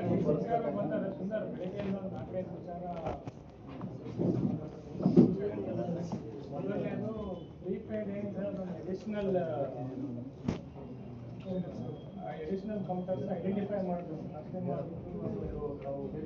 ಎಡಿಷನಲ್ ಎಲ್ಲೆಲ್ಲಿ ಬೇಕು ಅಂತ ಹೇಳಿದ್ರೆ ಅದು ಫೈಲಲ್ಲೇ ಅನುಮತಿ ಮಾಡಿ ಕೊಟ್ಟು ನೆಕ್ಸ್ಟ್ ಮೀಟಿಂಗ್ ನಾವು ಎಲ್ಲೆಲ್ಲಿ ಬೇಕಂತ ಕೊಟ್ಟರೆ ನಾನು ಅದನ್ನು ಅನುಮೋದನೆ ಮಾಡಿ ಅಲ್ಲಿ ಅದಕ್ಕೆ ಬಿಡ್ತೇವೆ. ಇನ್ನೊಂದು ಅವ್ರದ್ದು ಮೇಜರ್ ಡಿವೈಡ್ ಇರೋದು ಇಲ್ಲಿಂದ ಈ ಏರಿಯಾದಿಂದ ಈ ಏರಿಯಾಗೆ ಒಂದು ಹಿಂದೆ ಅವರು ಕಿಲೋಮೀಟರ್ ಅಂತ ಆಗ್ಬಿಟ್ಟಿತ್ತು ಪ್ರಿಪೇಡ್ ಸಾಫ್ಟ್ವೇರಲ್ಲಿ. ಈಗ ತುಂಬ ಕಡೆ ಒನ್ ವೇ ಆಗಿದ್ದಾವೆ, ತುಂಬ ಕಡೆ ರೈಟ್ ಟರ್ನ್ ಲೆಫ್ಟ್ ಟರ್ನ್ ಎಲ್ಲ ಫ್ರೀ ಆಗಿಲ್ಲ. ಸೊ ಎಡಿಷನಲ್ ನಮಗೆ ಆಗ್ತಾ ಇದೆ. ಸೊ ಅದು ಏನು ಪ್ರೀಪೇಡಲ್ಲಿ ರೂಟ್ಸ್ ಇದ್ದಾವೆ ಅದಕ್ಕೆ ಎಕ್ಸಾಕ್ಟ್ಲಿ ಈಗಿರೋ ಈಗ ಎಕ್ಸಿಸ್ಟಿಂಗ್ ರೂಟಿಗೆ ಅದು ಕಿಲೋಮೀಟರ್ ಹೊಸ ಏರಿಯಾಗಳು ಜಾಸ್ತಿ ಆಗಿದೆ ಸರ್. ಈಗ ಔಟ್ ಆಫ್ ರಿಂಗ್ ರೋಡ್ ಹೊಸ ಏರಿಯಾಗಳು ಜಾಸ್ತಿ ಆಗಿದೆ.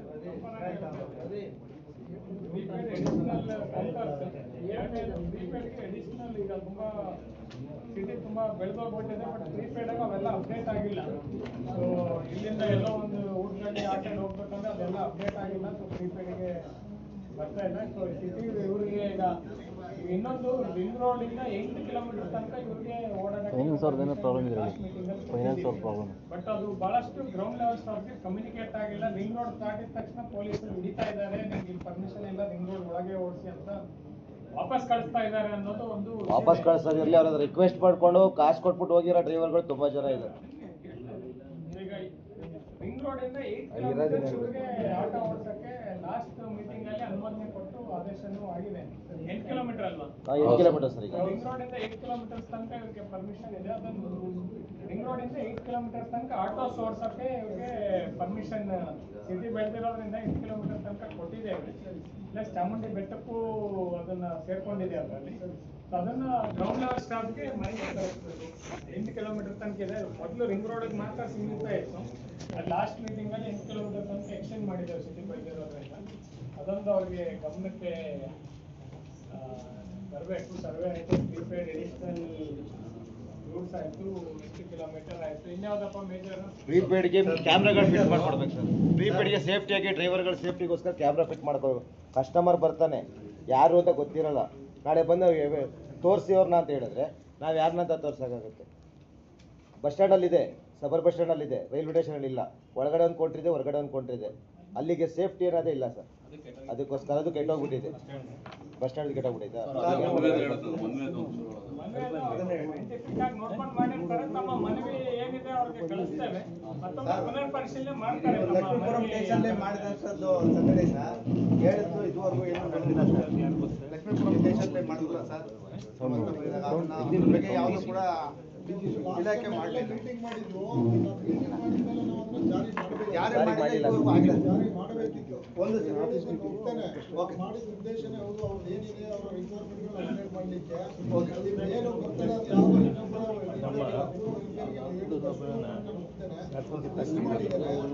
ಕಂಟಿನ್ಯೂಸ್ ಬರೀ ರಾಜಕೀಯಗಳು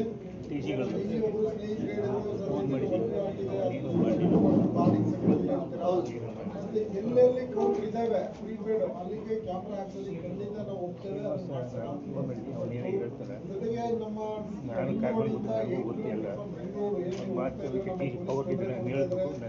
ಅವಾಚ್ಯವಾಗಿ ನಿಂದನೆ ಮಾಡ್ತಾ ಇದ್ದಾರೆ. ನಾವು ಯಾವತ್ತೂ ಅದನ್ನ ನಾವು ಎನ್ಕರೇಜ್ ಮಾಡಲ್ಲ, ಆಸ್ಪದ ಕೊಡಲ್ಲ. ನೀವು ಯಾರು ಫೋನ್ ಮಾಡಿದ್ರು ನಾನು ತೆಗಿತೀನಿ, ಅಟೆಂಡ್ ಮಾಡ್ತಾ ಇದ್ದೀನಿ. ಅದು ಹೊಡೆದ್ರು ಬಡಿದ್ರು ಅದನ್ನ ನನ್ನ ಗಮನಕ್ಕೆ ಬಂದಿಲ್ಲ. ನನ್ನ ಗಮನಕ್ಕೆ ಬಂದು ನಾನು ಅದು ಖಂಡಿತ ಅಟೆಂಡ್ ಮಾಡಿಸ್ತೇನೆ. ನೀವು ನಮ್ಮ ಫೋನ್ ತೆಗಿಯಲ್ಲ ಅಂತ ಹೇಳಿದ್ರೆ ಆ ಥರ ಕಂಪ್ಲೇಂಟ್ ಇದ್ರೆ ಯಾರದೇ ಇದ್ರು ಫೋನ್ ತೆಗಿತೀನಿ ಹೇಳ್ರಪ್ಪ ಅಂತ ಹೇಳಿದ ಕಂಪ್ಲೇಂಟ್ಗಳನ್ನ ನಾನು ಖಂಡಿತ ಈಗ ನೋಟ್ ಮಾಡ್ಕೊಂಡಿದ್ದೀನಿ. ನೀವು ನಾಳೆ ಆದ್ರೆ ನಾಳೆ ಇದೆಲ್ಲ ನಮ್ಮ ಟ್ರಾಫಿಕ್ ಇನ್ಸ್ಪೆಕ್ಟರ್ಗಳಿಗೆ ಸೇರಿಸ್ಬಿಟ್ಟು ನಿಮ್ಗೆ ಮೀಟಿಂಗ್ ಮಾಡಿ ಅವತ್ತು ಮಾಡಿದ್ವಲ್ಲ ಅದು ಜಾರಿ ಮಾಡಬೇಕಿತ್ತು. ಮತ್ತೆ ನೀವು ಕೇಳಿದ ಕಡೆ ಇನ್ನೊಂದಷ್ಟು ಕೌಂಟರ್ನ ಎಲ್ಲೆಲ್ಲಿ ಓಪನ್ ಮಾಡಬೇಕು ಅಂತ ಹೇಳಿದ್ರಿ. ಅಲ್ಲಿ ಅಷ್ಟು ಪೊಟೆನ್ಷಿಯಲ್ ಇಲ್ಲ ಅಂತ ಹೇಳಿ ಆಫೀಸರ್ ಹೇಳಿದ್ಮೇಲೆ ಅದನ್ನ ಬಿಟ್ವು. ಬಟ್ ಇರೋ ಕಡೆಗೆ ಬೆಳಿಗ್ಗೆ ಟೈಮ್ ಆರ್ಡಿಂಗ್ ಸರ್ಕಲ್ ಅಲ್ಲಿ ಬೆಳಿಗ್ಗೆನ ನೈಟ್ ಒಂದು ಮಾಡ್ತಾ ಇಲ್ಲ ಸರ್. ಅದು ಸ್ವಲ್ಪ ಟೈಮನ್ನ ಅರ್ಲಿ ಮಾಡಿಸಿ ಅಂತ ಏನೋ ಒಂದು ನಂಗೆ ಹೇಳಿ ನೆನಪಲ್ಲಿ ಇಟ್ಕೊಂಡಿದ್ದೆ. ಬಟ್ ನಾಳೆ ಕೂತ್ಕೊಂಡು ಎಲ್ಲ ಸಾಧ್ಯ ಇರುವಂಥದ್ದೇ ವಿಚಾರಗಳು ನೀವು ಡಿಸ್ಕಷನ್ ಮಾಡೋದು ಎಲ್ಲವೂ ಮಾಡ್ತಾರೆ. ಎಕ್ಸ್ಟ್ರಾ ಪೇಮೆಂಟ್ ಹೇಳ್ತಾ ಇರೋದು ಜಯದೇವ್ ಹಾಸ್ಪಿಟ್ಲು, ಜೇಸ ಹಾಸ್ಪಿಟ್ಲ್ ವೈಸ್ ಯಾರ್ಯಾರು ಇದ್ದಾರೆ ಅಲ್ಲಿಗೆ ಮಾತ್ರ ಪ್ರೀಪೇಡ್ ಹಾಕ್ಕೊಡಿ ಅಂತ ಕೇಳ್ಕೊಂಡಿದ್ರು ಸರ್. ನೀವು ಎಲ್ಲಿ ಹೇಳ್ತೀರ ನೋಡಪ್ಪ, ಸಾಧ್ಯತೆಗಳಿರೋದು ಎಲ್ಲ ಅವಕಾಶಗಳಿರೋದು. ಈಗ ಡಿಮ್ಯಾಂಡ್ ಹಾಸ್ಪಿಟಲ್ ಬಂದಿರ್ತಾರೆ, ಡಿಮ್ಯಾಂಡ್ ಮಾಡಿ ಅವ್ರಿಗೂ ತೊಂದರೆ ಆಗ್ಬಾರ್ದು. ಕ್ರಿಮಿನಲ್ ಕೇಸ್ಗಳು ಹೊಡೆದು ಅದು ಕಿತ್ಕೊಂಡು ಅದನ್ನ ಯಾವ್ದು ನಾವು ಟಾರ್ಗೆಟ್ ಮಾಡಲ್ಲ. CC ಕ್ಯಾಮ್ರಾನು ಇನ್ಸ್ಟಾಲ್ ಮಾಡ್ಸೋಣ. ಮತ್ತೆ ಇನ್ನೊಂದು ನೀವುಗಳು ಹೇಳಿದ್ವಿ ಸರ್, ಇನ್ನು ಬರ್ಮುಡ ಹಾಕೊಂಡು ಅದು ಮಾಡ್ತಾರೆ ಇದು ಮಾಡ್ತಾರೆ. ಅದಕ್ಕೆ ನಾವು ಡ್ರೈವ್ ಮಾಡಿ ತಗೊಂಡ್ಬಂದು ಒಂದಷ್ಟು ನಿಲ್ಲಿಸಿ ಒಂದು 7 ಮೂರು ಕಂಟಿನ್ಯೂಸ್ ಮಾಡಿದ್ವು. ದಿನ ಅದನ್ನ ಮಾಡ್ತಿಲ್ಲ, ಬೇರೆ ಬೇರೆ ಸರ್. ಈಗ ಬಸ್ ಸ್ಟ್ಯಾಂಡ್ ಅಲ್ಲಿ ಏನಾಗ್ಬಿಟ್ಟಿದೆ ಸರ್, ಸೈಡ್ ಪಿಕಪ್ನವ್ರದ್ದು ಅವಳಿ ಹೆಚ್ಚಾಗ್ಬಿಟ್ಟಿದೆ ಸರ್. ಆ ಸೈಡ್ ಪಿಕಪ್ನವ್ರ ಅವಳಿಯಿಂದಾಗಿ ಇಡೀ ಆಟೋ ವರ್ಗಕ್ಕೆ ಕೆಟ್ಟ ಹೆಸರೈತೆ. ಅದನ್ನ ಪೊಲೀಸ್ ಇಲಾಖೆಗೆ ಸುಮಾರು ಬಾರಿ ದೂರು ಕೊಟ್ಟಿದ್ರು. ಆ ದೂರು ಕೊಟ್ಟ ಬಂದ ನಾಳೆಗೆ ಯಾರು ಪ್ರಾಮಾಣಿಕವಾಗಿದ್ದಾರೆ ಡ್ರೈವರ್ಗಳು ಅವ್ರುಗಳನ್ನ ಕಿರಿಕಿರಿ ಮಾಡ್ತಾ ಇದಾರೆ ಹೊರತು ಅವ್ರುಗಳಿಗೆ ಅವ್ರು ಸಪೋರ್ಟ್ ಆಗಿದ್ದಾರೆ. ಪೊಲೀಸ್ ಇಲಾಖೆ ಕೆಲವು ಅಧಿಕಾರಿಗಳು ಕೆಲವು ಸಿಬ್ಬಂದಿಗಳು ಅವ್ರ ಫೇವರೇಟಾಗಿ ಕೆಲಸ ಮಾಡ್ತಿರೋದು ಸರ್. ಆಟೋ ಡ್ರೈವರ್ ಆಗಿ ಕೆಲಸ ಮಾಡ್ತಾರೆ, ಆಟೋ ಇದವರಾಗಿ ಕೆಲಸ ಮಾಡ್ತಾರೆ. ಇಳಿಸ್ತಾ ಇದ್ರು ಕೂಡ ಬಂದು ಫೋಟೋ ಹೊಡಿತಾರೆ. ನೀನು ನಿನ್ಸು ಅಂತ ಹೇಳಿದ್ನಾ? ಇಲ್ಲಿ ಬೋರ್ಡ್ ಇದೆಯಾ? ಅವ್ರು ಕೇಳೋದು ಒಂದೇ ಮಾತು ಸರ್, ನಿಲ್ಲಿಸುವ ಸ್ಥಳ ಅಂತ ಇದೆಯೇನಪ್ಪ? ಇಲ್ಲ. ನೀನು ಕಾನೂನು ಕೇಳಿದೆ, ನಾವು ಫೋಟೋ ಹೊಡೆದ್ವಿ. ನಾವು 50-60 ರೂಪಾಯಿ ಬಾಡಿಗೆ ಹೋಗಿರ್ತೀವಿ, 1000 ರೂಪಾಯಿ ಫೈನ್ ಕಟ್ತೀವಿ. ಆದ್ರೆ ಅದ್ ಎದುರುಗಡೆನೆ ಸೈಡ್ ಪಿಕಪ್ಗೆ ಫುಲ್ ನಿಂತ್ಕೊಂಡು ಹೇಳಿದ್ದೆಲ್ಲ ನೋಟ್ ಮಾಡ್ಕೊಂಡಿದ್ದೀನಿ. ನೀವ್ ಹೇಳಿದ್ದಕ್ಕೆ ಎಲ್ಲರಿಗೂ ನಮ್ದು ಬೆಂಬಲ ಇದೆ, ನಿಮ್ ಜೊತೆಗೆ ನಾವ್ ಇದ್ದೇವೆ ಸರ್. ನೀವಿದ್ರಿ ಸರ್, ನೀವು ಲಕ್ಷ್ಮೀಪುರಂ ಇದ್ರಿ. ಆದ್ರೆ ಕೆಲವು ಸಿಬ್ಬಂದಿಗಳು ಅದಕ್ಕೆ ನಿಂತಿದ್ದಾರೆ, ದುಡ್ಡು ಮಾಡಕ್ಕೆ ನಿಂತಿದ್ದಾರೆ ಸರ್. ಕೋರ್ಟ್ ಹೊಡ್ಬಿಟ್ಟು ಏನ್ ಮಾಡ್ತಾರೆ ಮತ್ತೆ ಅಪ್ಡೇಟ್ ಮಾಡ್ತೀನಿ 3,000 ಐತೆ ಅಂದ್ರೆ 1,000 ಕೊಟ್ರೆ ಡಿಲೀಟ್ ಮಾಡ್ತಾರೆ. ಅದನ್ನ ತಗೊಂಡ್ ನಿಮ್ಗೆ ಹೇಳಕ್ ಬಿಡಕ್ಕಲ್ಲ. ಗಾಡಿ ನಂಬರ್ ನೋಟ್ ಮಾಡ್ತಾರೆ ಅವರು. ಆಮೇಲೆ ಒಂದೇ ಒಂದು ಸರ್, ಸಾಹೇಬ್ರ ಗಮನಕ್ಕೆ ನಮ್ಮ ಮುಖಾಂತರ ಈ FC ಇನ್ಶೂರೆನ್ಸ್ ಎಲ್ಲ ಫೀಸ್ ಏನ್ ಕಟ್ತೀವಿ ಈಗೆಲ್ಲ ಹೊರಗಡೆ ಹೋಗಿ ಫೀಸ್ ಕಟ್ಕೊಂಡು FC ಮಾಡೋಂಥ ಪರಿಸ್ಥಿತಿಗಳೈತೆ. ಅಲ್ಲೇ KA09 ಬರೋಂಥವ್ರಿಗೆ ಒಂದು ಕೌಂಟ್ರಲ್ಲಿ ಅಲ್ಲೇ ಕಟ್ಟಿಸ್ಕೊಂಡು ಅನುಕೂಲ ಮಾಡ್ಕೊಡೋಂಥದ್ದು ಮಾಡ್ಕೊಡಿ ಅಂತ ಸರ್. ಈಗ ಅದಕ್ಕೆ ಸಾಫ್ಟ್ವೇರ್ ರೆಡಿ ಆಗ್ತಿದೆ. ಸಾಫ್ಟ್ವೇರ್ ರೆಡಿ ಆದ್ರೆ ಆಟೋಮೆಟಿಕ್ ಟೆಸ್ಟಿಂಗ್ ತುಂಬಾ ತೊಂದರೆ ಆಗ್ತಾ ಇದೆ ಸರ್. ಕೇಂದ್ರ ಸರ್ಕಾರದ ನಿಯಮ ಏನು ಮಾಡಕ್ಕಾಗಲ್ಲ. ಸದ್ಯದ ಪರಿಸ್ಥಿತಿಯಲ್ಲಿ ಬೇಗ ಒಂಚೂರು ಮಾಡಿದ್ದೀವಿ. ಸ್ವಲ್ಪ ತುರ್ತಾಗಿ ಆಗುತ್ತೆ ಸರ್. ಇನ್ನೊಂದು ಏನಂದ್ರೆ ನಾವೇನಾದ್ರೂ ಯೂನಿಫಾರ್ಮ್ ಹಾಕಿಲ್ಲ ಅಂತಂದ್ರೆ ಫೈನ್ ಮಾತ್ರ ಕರೆಕ್ಟಾಗಿ ಹಾಕ್ಬಿಡ್ತಾರೆ ಸರ್. ಈಗ ಅದೇ ಪೊಲೀಸವರು ಇವಾಗ ರೈಲ್ವೆ ಸ್ಟೇಷನಲ್ಲಿ ನಾವು ಪ್ರೀಪೇಡಲ್ಲಿ ನಿಂತಿದ್ದು ಪಕ್ಕದಲ್ಲಿ ನಿಲ್ಸ್ಕೊಂಡ್ರೆ ಲಾಕ್ ಮಾಡಲ್ಲ, ಈಗ ಲಾಕ್ ಮಾಡಿಬಿಡ್ತಾರೆ. ಅದೇ ಆಪೋಸಿಟಲ್ಲಿ ಓಲಾ ಉಬರ್ ಹೊಡೆಯೋರಿಗೆ ಏನು ಮಾಡಲ್ಲ, ಅವ್ರು ಹೆಂಗ್ ಬೇಕಾದ್ರೆ ನಿಂತ್ಕೋಬೋದು, ಏನು ಬೇಕಾದ್ರೆ ಮಾಡ್ಬೋದು. ಈಗ ಪೊಲೀಸರೇ ಟ್ರ್ಯಾಕ್ ಪ್ಯಾಂಟು ಚೆಡ್ಡಿಲ್ ಬಂದ್ಬಿಟ್ಟು ಲಾಕ್ ಮಾಡಿದ್ರು ನಾವೇನಾಗ ಕೇಳಿದ್ರೆ ಏನು ಮಾತಾಡಂಗಿಲ್ಲ. ಅದು ಪ್ರೂಫ್ ಸಮೇತ ಸರ್. ಡ್ರೈವರ್ ಅಲ್ಲ ಇದು, ಡ್ರೈವರ್ ಅಲ್ಲ ಸರ್, ನಾನು ಹೇಳ್ತಾ ಇರೋದು ಅಧಿಕಾರಿ ಇದೆ, ಡ್ರೈವರ್ ಅಲ್ಲ.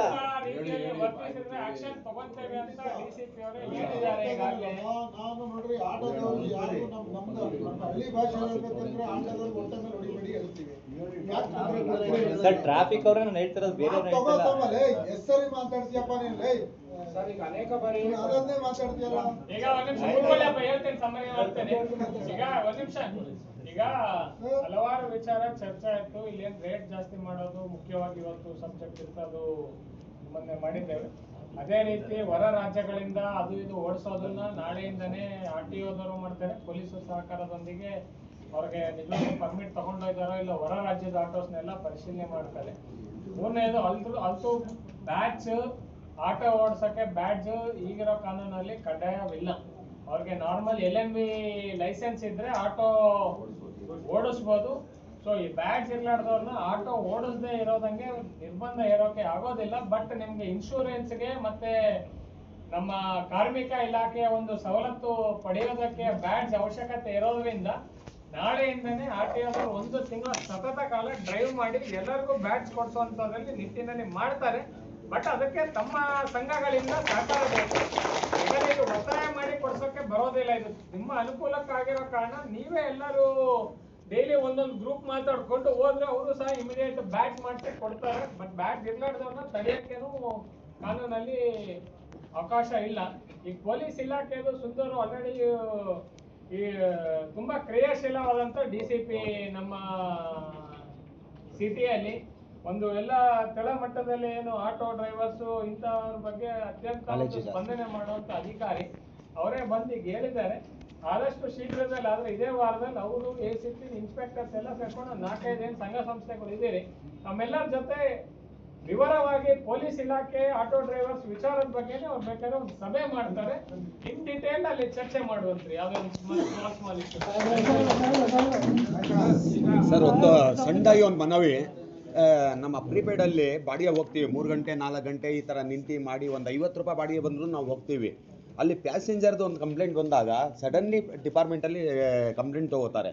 ಯಾಕೆ ಅಂತಂದರೆ ಪ್ಯಾಸೆಂಜರು ಏನು ಅಂತ ಅಂದರೆ ಈಗ ಈ ಪ್ಲೇಸಿಗೆ ತೊಗೊಂಡು ಅವ್ರು ಹೆಚ್ಚು ಕಮ್ಮಿ 1 ಕಿಲೋಮೀಟ್ರ್ 1 ಕಿಲೋಮೀಟ್ರ್ ಮುಂದಕ್ಕೆ ಹೋಗ್ತಾರೆ. ಹೋದಾಗ ಒಂದು 5 ರೂಪಾಯಿ 10 ರೂಪಾಯಿ ಜಾಸ್ತಿ ಕೇಳಿದ್ರೆ ಅದು ಯಾವುದೋ ಅವರು ಅಲ್ಲಿ ಗಲಾಟೆ ಮಾಡಿ ಒಂದು ಕಂಪ್ಲೇಂಟ್ ಮಾಡಿರ್ತಾರೆ ಸ್ಟೇಷನ್ಗೆ. ಆ ಕಂಪ್ಲೇಂಟಲ್ಲಿ ಏನು ಮಾಡ್ತಾರೆ ಅಂತಂದರೆ ಡ್ರೈವರ್ ಕರ್ಕೊಗ್ಬಿಟ್ಟು ಫೈನ್ ಹಾಕಿ ಅವ್ರಿಗೆ 2 ದಿನ ಗಾಡಿ ನಿಲ್ಲಿಸಿ ಮಾಡಿ ಹಿಂಸೆ ಕೊಡ್ತಾರೆ. ಪ್ಯಾಸೆಂಜರ್ಗೂ ಕರೆದಿ ಅದೇನೈತೆ ಎನ್ಕ್ವೈರಿ ಮಾಡಿ ಸ್ವಲ್ಪ ಇದು ಮಾಡಿದ್ರೆ ಅದೊಂದು ಸ್ವಲ್ಪ ಇದಾಗುತ್ತೆ. ಯಾಕಂದರೆ 50 ರೂಪಾಯಿ ಬಾಡಿಗೆಗೆ ನಾವು ಹೋಗ್ಬಿಟ್ಟು 500 ರೂಪಾಯಿ ದಂಡ ಕಟ್ಟಿಸ್ಕೊಳ್ಲಿಕ್ಕೆ ಆಗಲ್ಲ. ಇನ್ನು ಜೊತೆಗೆ ಇದು ಸ್ವಲ್ಪ ಪ್ರೀಪೇಡ್ ಡ್ರೈವರ್ಗಳಿಗೆ ಸ್ವಲ್ಪ ಸಹಕಾರ ಕೊಡಿ. ಯಾಕೆ ಅಂತಂದರೆ ಬಂಡಿಪಾಳ್ಯ ರೋಡಲ್ಲಿ ನನ್ನನ್ನೇ ಅಟ್ಯಾಕ್ ಮಾಡಿದ್ದಾರೆ. ಇದು ಪ್ರೀಪೇಡಲ್ಲಿಂದ ಬಾಡಿಗೆ ಓಡಿಸ್ಕೊ ಹೋಗ್ಬಿಟ್ಟು ಅಲ್ಲಿ ಪ್ರೀಪೇಡಲ್ಲಿ ಕೊಟ್ಟೈತೆ ಕಣೋ ಅದೇ 1 ರೂಪಾಯಿ ಅಂತ ಅಂದ್ಬಿಟ್ಟು ಆ 1 ರೂಪಾಯಲ್ಲೇ ಅವ್ರು ಬಾಡಿಗೆ ಇಳಿಬೇಕು ಅಂತ ಅಂದ್ಬಿಟ್ಟು ಇದು ಮಾಡಿದ್ದಾರೆ. ಅದೊಂದು ಸ್ವಲ್ಪ ನಮಗೆ ಅವಕಾಶ ಮಾಡಿ ಸ್ವಲ್ಪ ಇದು ಮಾಡಿಕೊಡಿ. ನಾನು ನಿಮ್ಮ ಜೊತೆ ಇರ್ತೀನಪ್ಪ. ನಾಳೆಯಿಂದ ಮೀಟಿಂಗ್ ಮಾಡೋಣ. ನೋಡಿ ನೆನ್ನೆ 3 ಆಟೋ ನಾನು ಕಳಿಸ್ಬಿಟ್ರಪ್ಪ. ಸರ್ ತಗೊಂಡು ಹೋದ್ರು ಸರ್, ನಾನು 2,000 ಕೊಟ್ಟು ಮತ್ತೆ 500 ರೂಪಾಯಿ ಎಕ್ಸ್ಟ್ರಾ ಕೊಟ್ಟಿದ್ರೆ ನಮ್ಗೆ ವಸೂಲಿ ಮಾಡಿಕೊಡಿ ಅಂತ ಆಟೋದವ್ರು ಅಂದ್ಕೊಂಡು ನಾನೇ ಸುಮ್ಮನೆ ಆಗ್ಬಿಟ್ಟಿದ್ದೀನಿ. ಏನು 500 ರೂಪಾಯಿ ಮಾತಲ್ವಾ? ಪಾಪ ಏನೋ ತಗೊಂಡ್ರೆ ನಾವು ಸರ್ ನನಗೆ 2 ಸರಿ ಮೆಸೇಜ್ ಆಗ್ತಾನೆ ಇದ್ದಾರೆ. ಸರ್ ನಾನು ದುಡ್ಡು ವಾಪಸ್ ಕೊಡ್ತಿಲ್ಲ, ನಾನು ದುಡ್ಡು ವಾಪಸ್ ಕೊಡ್ತಿಲ್ಲ. ನಾವು ನಿಮ್ಮ ಬಗ್ಗೆ ಆಲ್ವೇಸ್ ಸಾಫ್ಟ್ ಕಾರ್ನರ್ ಇದ್ದೀವಿ, ಇರಲೇಬೇಕು ಸರ್. ಇದನ್ನ ಮಾತು ತಗೊಳ್ರಪ್ಪ. ಬೀದಿಲಿ ನಿಂತು ದುಡಿತಾ ಇದ್ದೀರಾ, ಏನ್ ದುಡಿಬೋದು? ಆದ್ರೆ ಅವ್ರು ಹೇಳೋದು ₹10 ಒಬ್ಬೊಬ್ರು ಇರ್ತಾರೆ ಕಲಿಕೆಂತವ್ರು. ಏನ್ ಸರ್ ನಮ್ಮ ಹತ್ರ ಹಿಂಗೆ ಮೀಟರ್ ಮನುಷ್ಯ ದುಡ್ಡು ತಗೋಬಿಡು ಹಾಗೆ ಹೀಗೆ ಅಂತೇಳಿ ನಮಗೆ ಕೂತ್ಕೊಳಕ್ ಬಿಡಲ್ಲ ಅಂತೇಳಿ ಹೇಳಿರ್ತಾರೆ. ಬಟ್ ನಿಮ್ಗೆ ಗೌರವದಲ್ಲಿ ಮಾತಾಡ್ಲಿಕ್ಕೆ ನಮ್ಮ ಪೊಲೀಸ್ ಸಿಬ್ಬಂದಿಗಳಿಗೆ ಹೇಳ್ತೇನೆ. ನಾವು ವಿಶ್ವಾಸಕ್ಕೆ ನೋಡ ನಮ್ಮ ದಾಡಿಯವ್ರಿಗೆ ಹೇಳಿದಾಗ ನಮ್ಮ ಕೇಸಲ್ಲಿ ಬಂದು ಕೂತಿದ್ದ ಅವನು ಬಹಳ ಒಳ್ಳೆ ಕೆಲಸ ಮಾಡಿದ್ದಾನೆ, ಅದಕ್ಕೆ ಒಂದು ಪರಿಚಯ ಇದ್ರಿಂದ ಗುರುಗಳು ಅಂದ್ಬಿಟ್ಟೆ. ಇಲ್ಲ ನೀವೆಲ್ಲ ಗೌರವಿಸ್ತಾರೆ, ಗೊತ್ತೈತೇನಪ್ಪ? ನಾಳೆನ ನಾಳಿದ್ದ ಮೀಟಿಂಗ್ ಮಾಡೋಣ, ನಿಮ್ಮೆಲ್ಲ ಸಮಸ್ಯೆಗಳಿಗೆ ಡಿ ಸಾಹೇಬ್ರಿದ್ದಾರೆ, ಸ್ಪಂದನೆ ಮಾಡ್ತೀವಿ.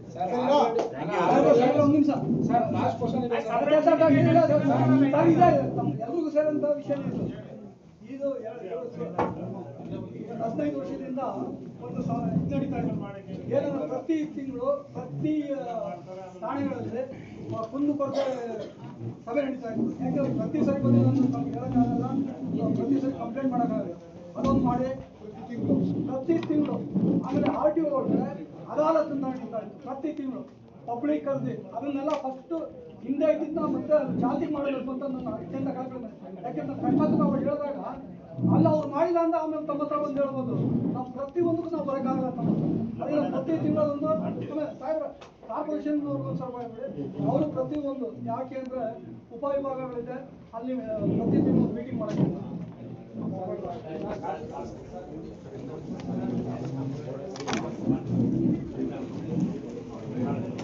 ವಿನಯಣ್ಣ ಮನವಿ ಪತ್ರ ಕೊಟ್ಟಿದ್ದೀರಾ? ಫೋಟೋ ತಗೊಂಡ್ರಾ? ಆ ಫೋಟೋ ಕಳಿಸಿ ನನಗೆ, ಕಳಿಸಿ ಪತ್ರಿಕೆ ಕಳಿಸ್ಬೇಕು ಈಗ.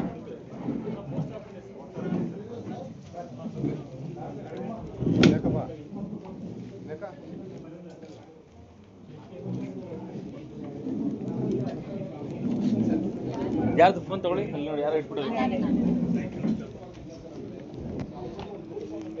ಸ್ವಲ್ಪ ಜಾಗ ಬಿಡಿ ಸರ್ ಇಟ್ಕೊಳ್ಳಿ sir. Shop sir maximum peak out time ಮೇಲೆ ಒಂದು 6 ಗಂಟೆ ಆಗ್ಬೋದು 7 ಗಂಟೆ ಆಗ್ಬೋದು. ಅದಕ್ಕೆ ಕಡಿವಾಣ ಮಾಡೋದು ಸರ್. ಹೆಣ್ಮಕ್ಳಿಗೂ ಗಂಡಸಿಗೆ ಅಧಿಕಾರ ಇದೆ. ಸುರಕ್ಷಿತವಾಗಿ ಇರೋದು ನಮ್ಮ ಅಡ್ಮಿನಿಸ್ಟ್ರೇಷನ್ ಪೊಲೀಸ್ ಇಲಾಖೆ ಜವಾಬ್ದಾರಿ. ಅದು ಹೆಣ್ಮಕ್ಳಿಗೆ ರಾತ್ರಿ ಬೇರೆ ಗಂಡಸರು ಓಡಿಸ್ತಾ ಇದ್ದಾರೆ, ಹೆಣ್ಮಕ್ಳು ಓಡಿಸ್ಬೇಡಿ ಅನ್ನೋಕ್ಕೆ ಆಗೋಲ್ಲ. ಅವ್ರಿಗೂ ಈಕ್ವಲ್ ಹಕ್ಕಿದೆ. ಅದು ಏನು ಅವ್ರಿಗೆ ಸುರಕ್ಷಿತವಾಗಿರೋ ನಿಟ್ಟಿನಲ್ಲಿ ಏನು ನಮ್ಮ ಕಡೆಯಿಂದ ಸ್ಟೆಪ್ಸ್ ತಗೊಳ್ಬೇಕು ಅಂತ ತಗೊಳ್ತೇವೆ.